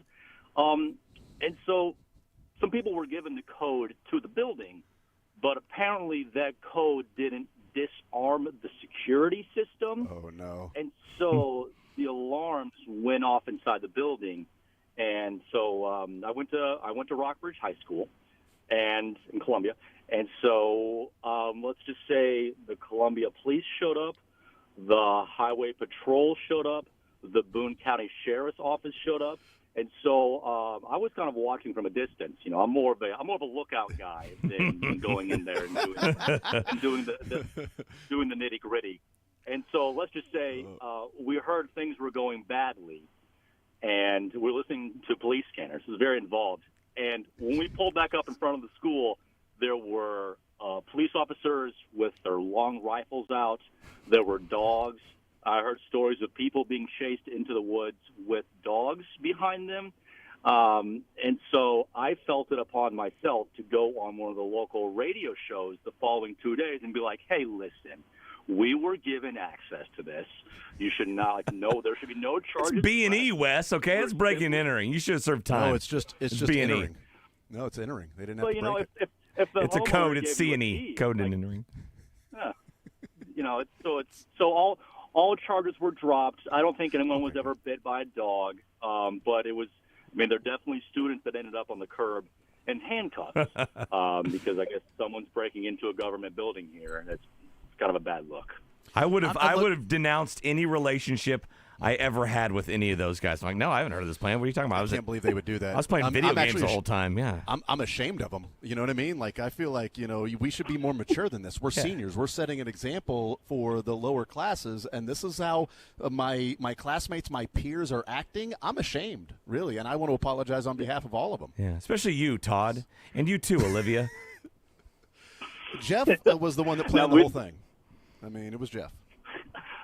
There were some college athletes that I graduated with. I don't know if they directly participated in that. I know they didn't get in trouble, but everybody came away unscathed. No, it should be a rule. The more athletic you are, the more lenient the legal system should be with you. Yeah, that's just smart. That's just life. How it goes. That's for sure. Also, you the can more run money fast. you have, if the more money you have, they should definitely treat you different. That's in the right. legal system. I wish that was the case in America. That would be cool. So you weren't there for sure, but let's say if you had been there. I feel like the statute of limitations might have run out. So if you had been there, then you could maybe talk about the fact that you were there. Obviously you weren't, but I'm saying in the off chance that you may have been there, or let's just say somebody else that was there that's claiming they weren't. I feel like statute of limitations has run out. They can start to, sort of at least take responsibility in their part of this scheme. Yeah, I mean, all I know is that people may or may have not been running across the soccer practice field, getting chased by dogs, hearing dogs barking. And then they're going back to our cars, listening to police scanners of other cops, then showing up. Okay. That's all I know. Wes Peary, fugitive at large, Yeah. and giving you the forecast for this weekend. All right, Wes, when did this thing blow into town? When does it start to get All right. colder? And let's look at tailgating versus like when the game starts and like that. Yeah, so the opposite of what we usually do here with the weather is that it'll actually be a little bit warmer while you're tailgating, especially for those of you that will be lining up outside of the gates to tailgate at 5 a.m., 6 a.m. It'll be slightly warmer because that Arctic blast is just coming right through on Friday night and Saturday morning. Temperatures, for the early morning risers, tailgating will be middle 20s, maybe even upper 20s. And then by the time we get to around noon, it'll be about 22 degrees, doing more like about, let's say, 12 degrees, 10 degrees. Kickoff, it'll be close to 20. Wind chill, again, near 10-ish. By the end of the game, it's still like, let's say 20, feeling like about 10. So there really isn't going to be a big change in the weather overall throughout the game. Throughout tailgating, it's just going to feel like about 10 or 15 degrees. A little unsure on what the sky conditions are going to be. I've been leaning towards mostly cloudy. But fingers crossed we get some sunshine. And the wind, which is why the wind chill is running 10, 15 degrees cooler. Northwest, 10 to 20, gusting near 30. And so if this was a Royals game, I would say that's bad news for people trying to hit home runs. I don't quite know how that translates to, the Arrowhead or GEHA Field at Arrowhead Stadium, pardon me, how that quite translates. But kicks and punts may be a little impacted there. Yeah, Chris Jones will let you know it's Jiha. Is the name of the field there. No, I have a feeling it's going to be one where we hear on the broadcast of, this way they're going into the wind now. They got their wind at their back in this possession. Well, Butker lining up for the field goal. Pregame this way, he was hitting it from, 58, 60, 65. I think we'll hear that a little bit. So, with this game being on a Saturday, last year was minus 27 in wind chill. So if this is 10, that's a 37 degrees difference. So it's hot actually. Yeah. So people layer up so you can then take the layers off when it really gets hot and sweltering out there. But how, did they avoid – is it going to be worse on Sunday? So did they avoid a Miami-type situation if this game would have been played on Sunday? Is it continuing through Saturday night and Sunday that it's going to continue to get worse and worse? Yeah, Sunday would be a little bit colder, or rather is going to be a little bit colder. But the worst, I think Monday morning and Tuesday morning is when it could be negative 15 for the wind chill there. So that's like a little bit closer for Miami. But, you got to kind of understand how just unusual last year was. It was the coldest game in Arrowhead history. So we get these super cold outbreaks, but that one last year was unique for multiple reasons. In fact, a buddy of mine last year sent me a picture of his frozen beer. I posted that on my X, on my Twitter, whatever, yesterday, and it turned into people just sending me pictures of their frozen beers from that game last year. So nothing but beers on my timeline right now. Yeah, that was nutty for those that went out and endured that. Luckily, it won't be as bad, but still, you need to, if it wasn't for Miami last year, we'd be like, man, it's going to be you're going to feel like 10 degrees. You need to dress warm, okay? Now it's like, it's not minus 27. You're fine. Tank tops, sun's out, guns out. Let's go, man. Wes Peary, KSHB 41. Wes, appreciate the time, sir. I do believe there's some state troopers that are stopping by the offices tonight. They've just texted to let us know that they may have some questions for you later on. I think I'm going to be changing my name, or maybe I may not even be at work. I found a guy that has the exact same name as me, and he may be doing the weather tonight. So I knew it. There was a few months ago, Jason. I got to work, and my desk was out in the parking lot, and now I'm starting to put it together. Yep, there it is. That's interesting. Wes, you're the man. Appreciate it, brother. Thanks for having me, guys. We'll talk to you later. Absolutely. There's Wes Peary, the forecast. It'll be warmer as you tailgate. So typically it would be getting cold in the morning, and then as the afternoon comes, it'll warm up, but not the case this weekend. The high for Saturday is going to be at midnight, and it'll just continue to get colder and colder. We'll take a timeout. We'll come back, continue rolling more zone next.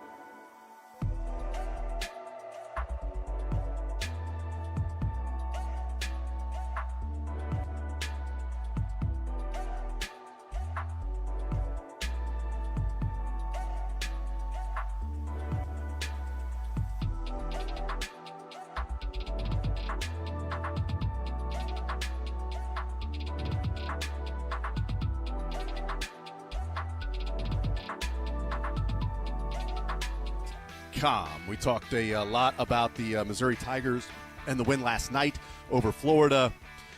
One of, at least to this point, Mick, the biggest game in the Big 12 is coming up tonight. We are about, 4 hours and 17 minutes away from that thing getting underway. 4:30 pregame on Sports Radio 810, 6 o'clock tip for KU and Iowa State. This has the Big 8 feels in an early Big 12 of Hilton Magic and going to Ames, because this is a heavyweight match, and it might be the best team in the Big 12.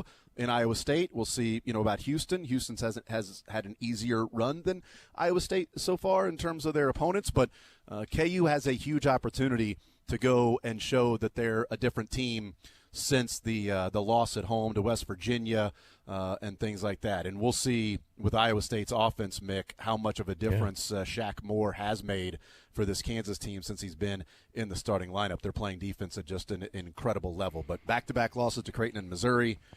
And then West Virginia lost that game, and now they've won 3 games in a row, and defensively they've just been dominant in the second half. They will be tested against Iowa State Yeah, this tonight. is it, right?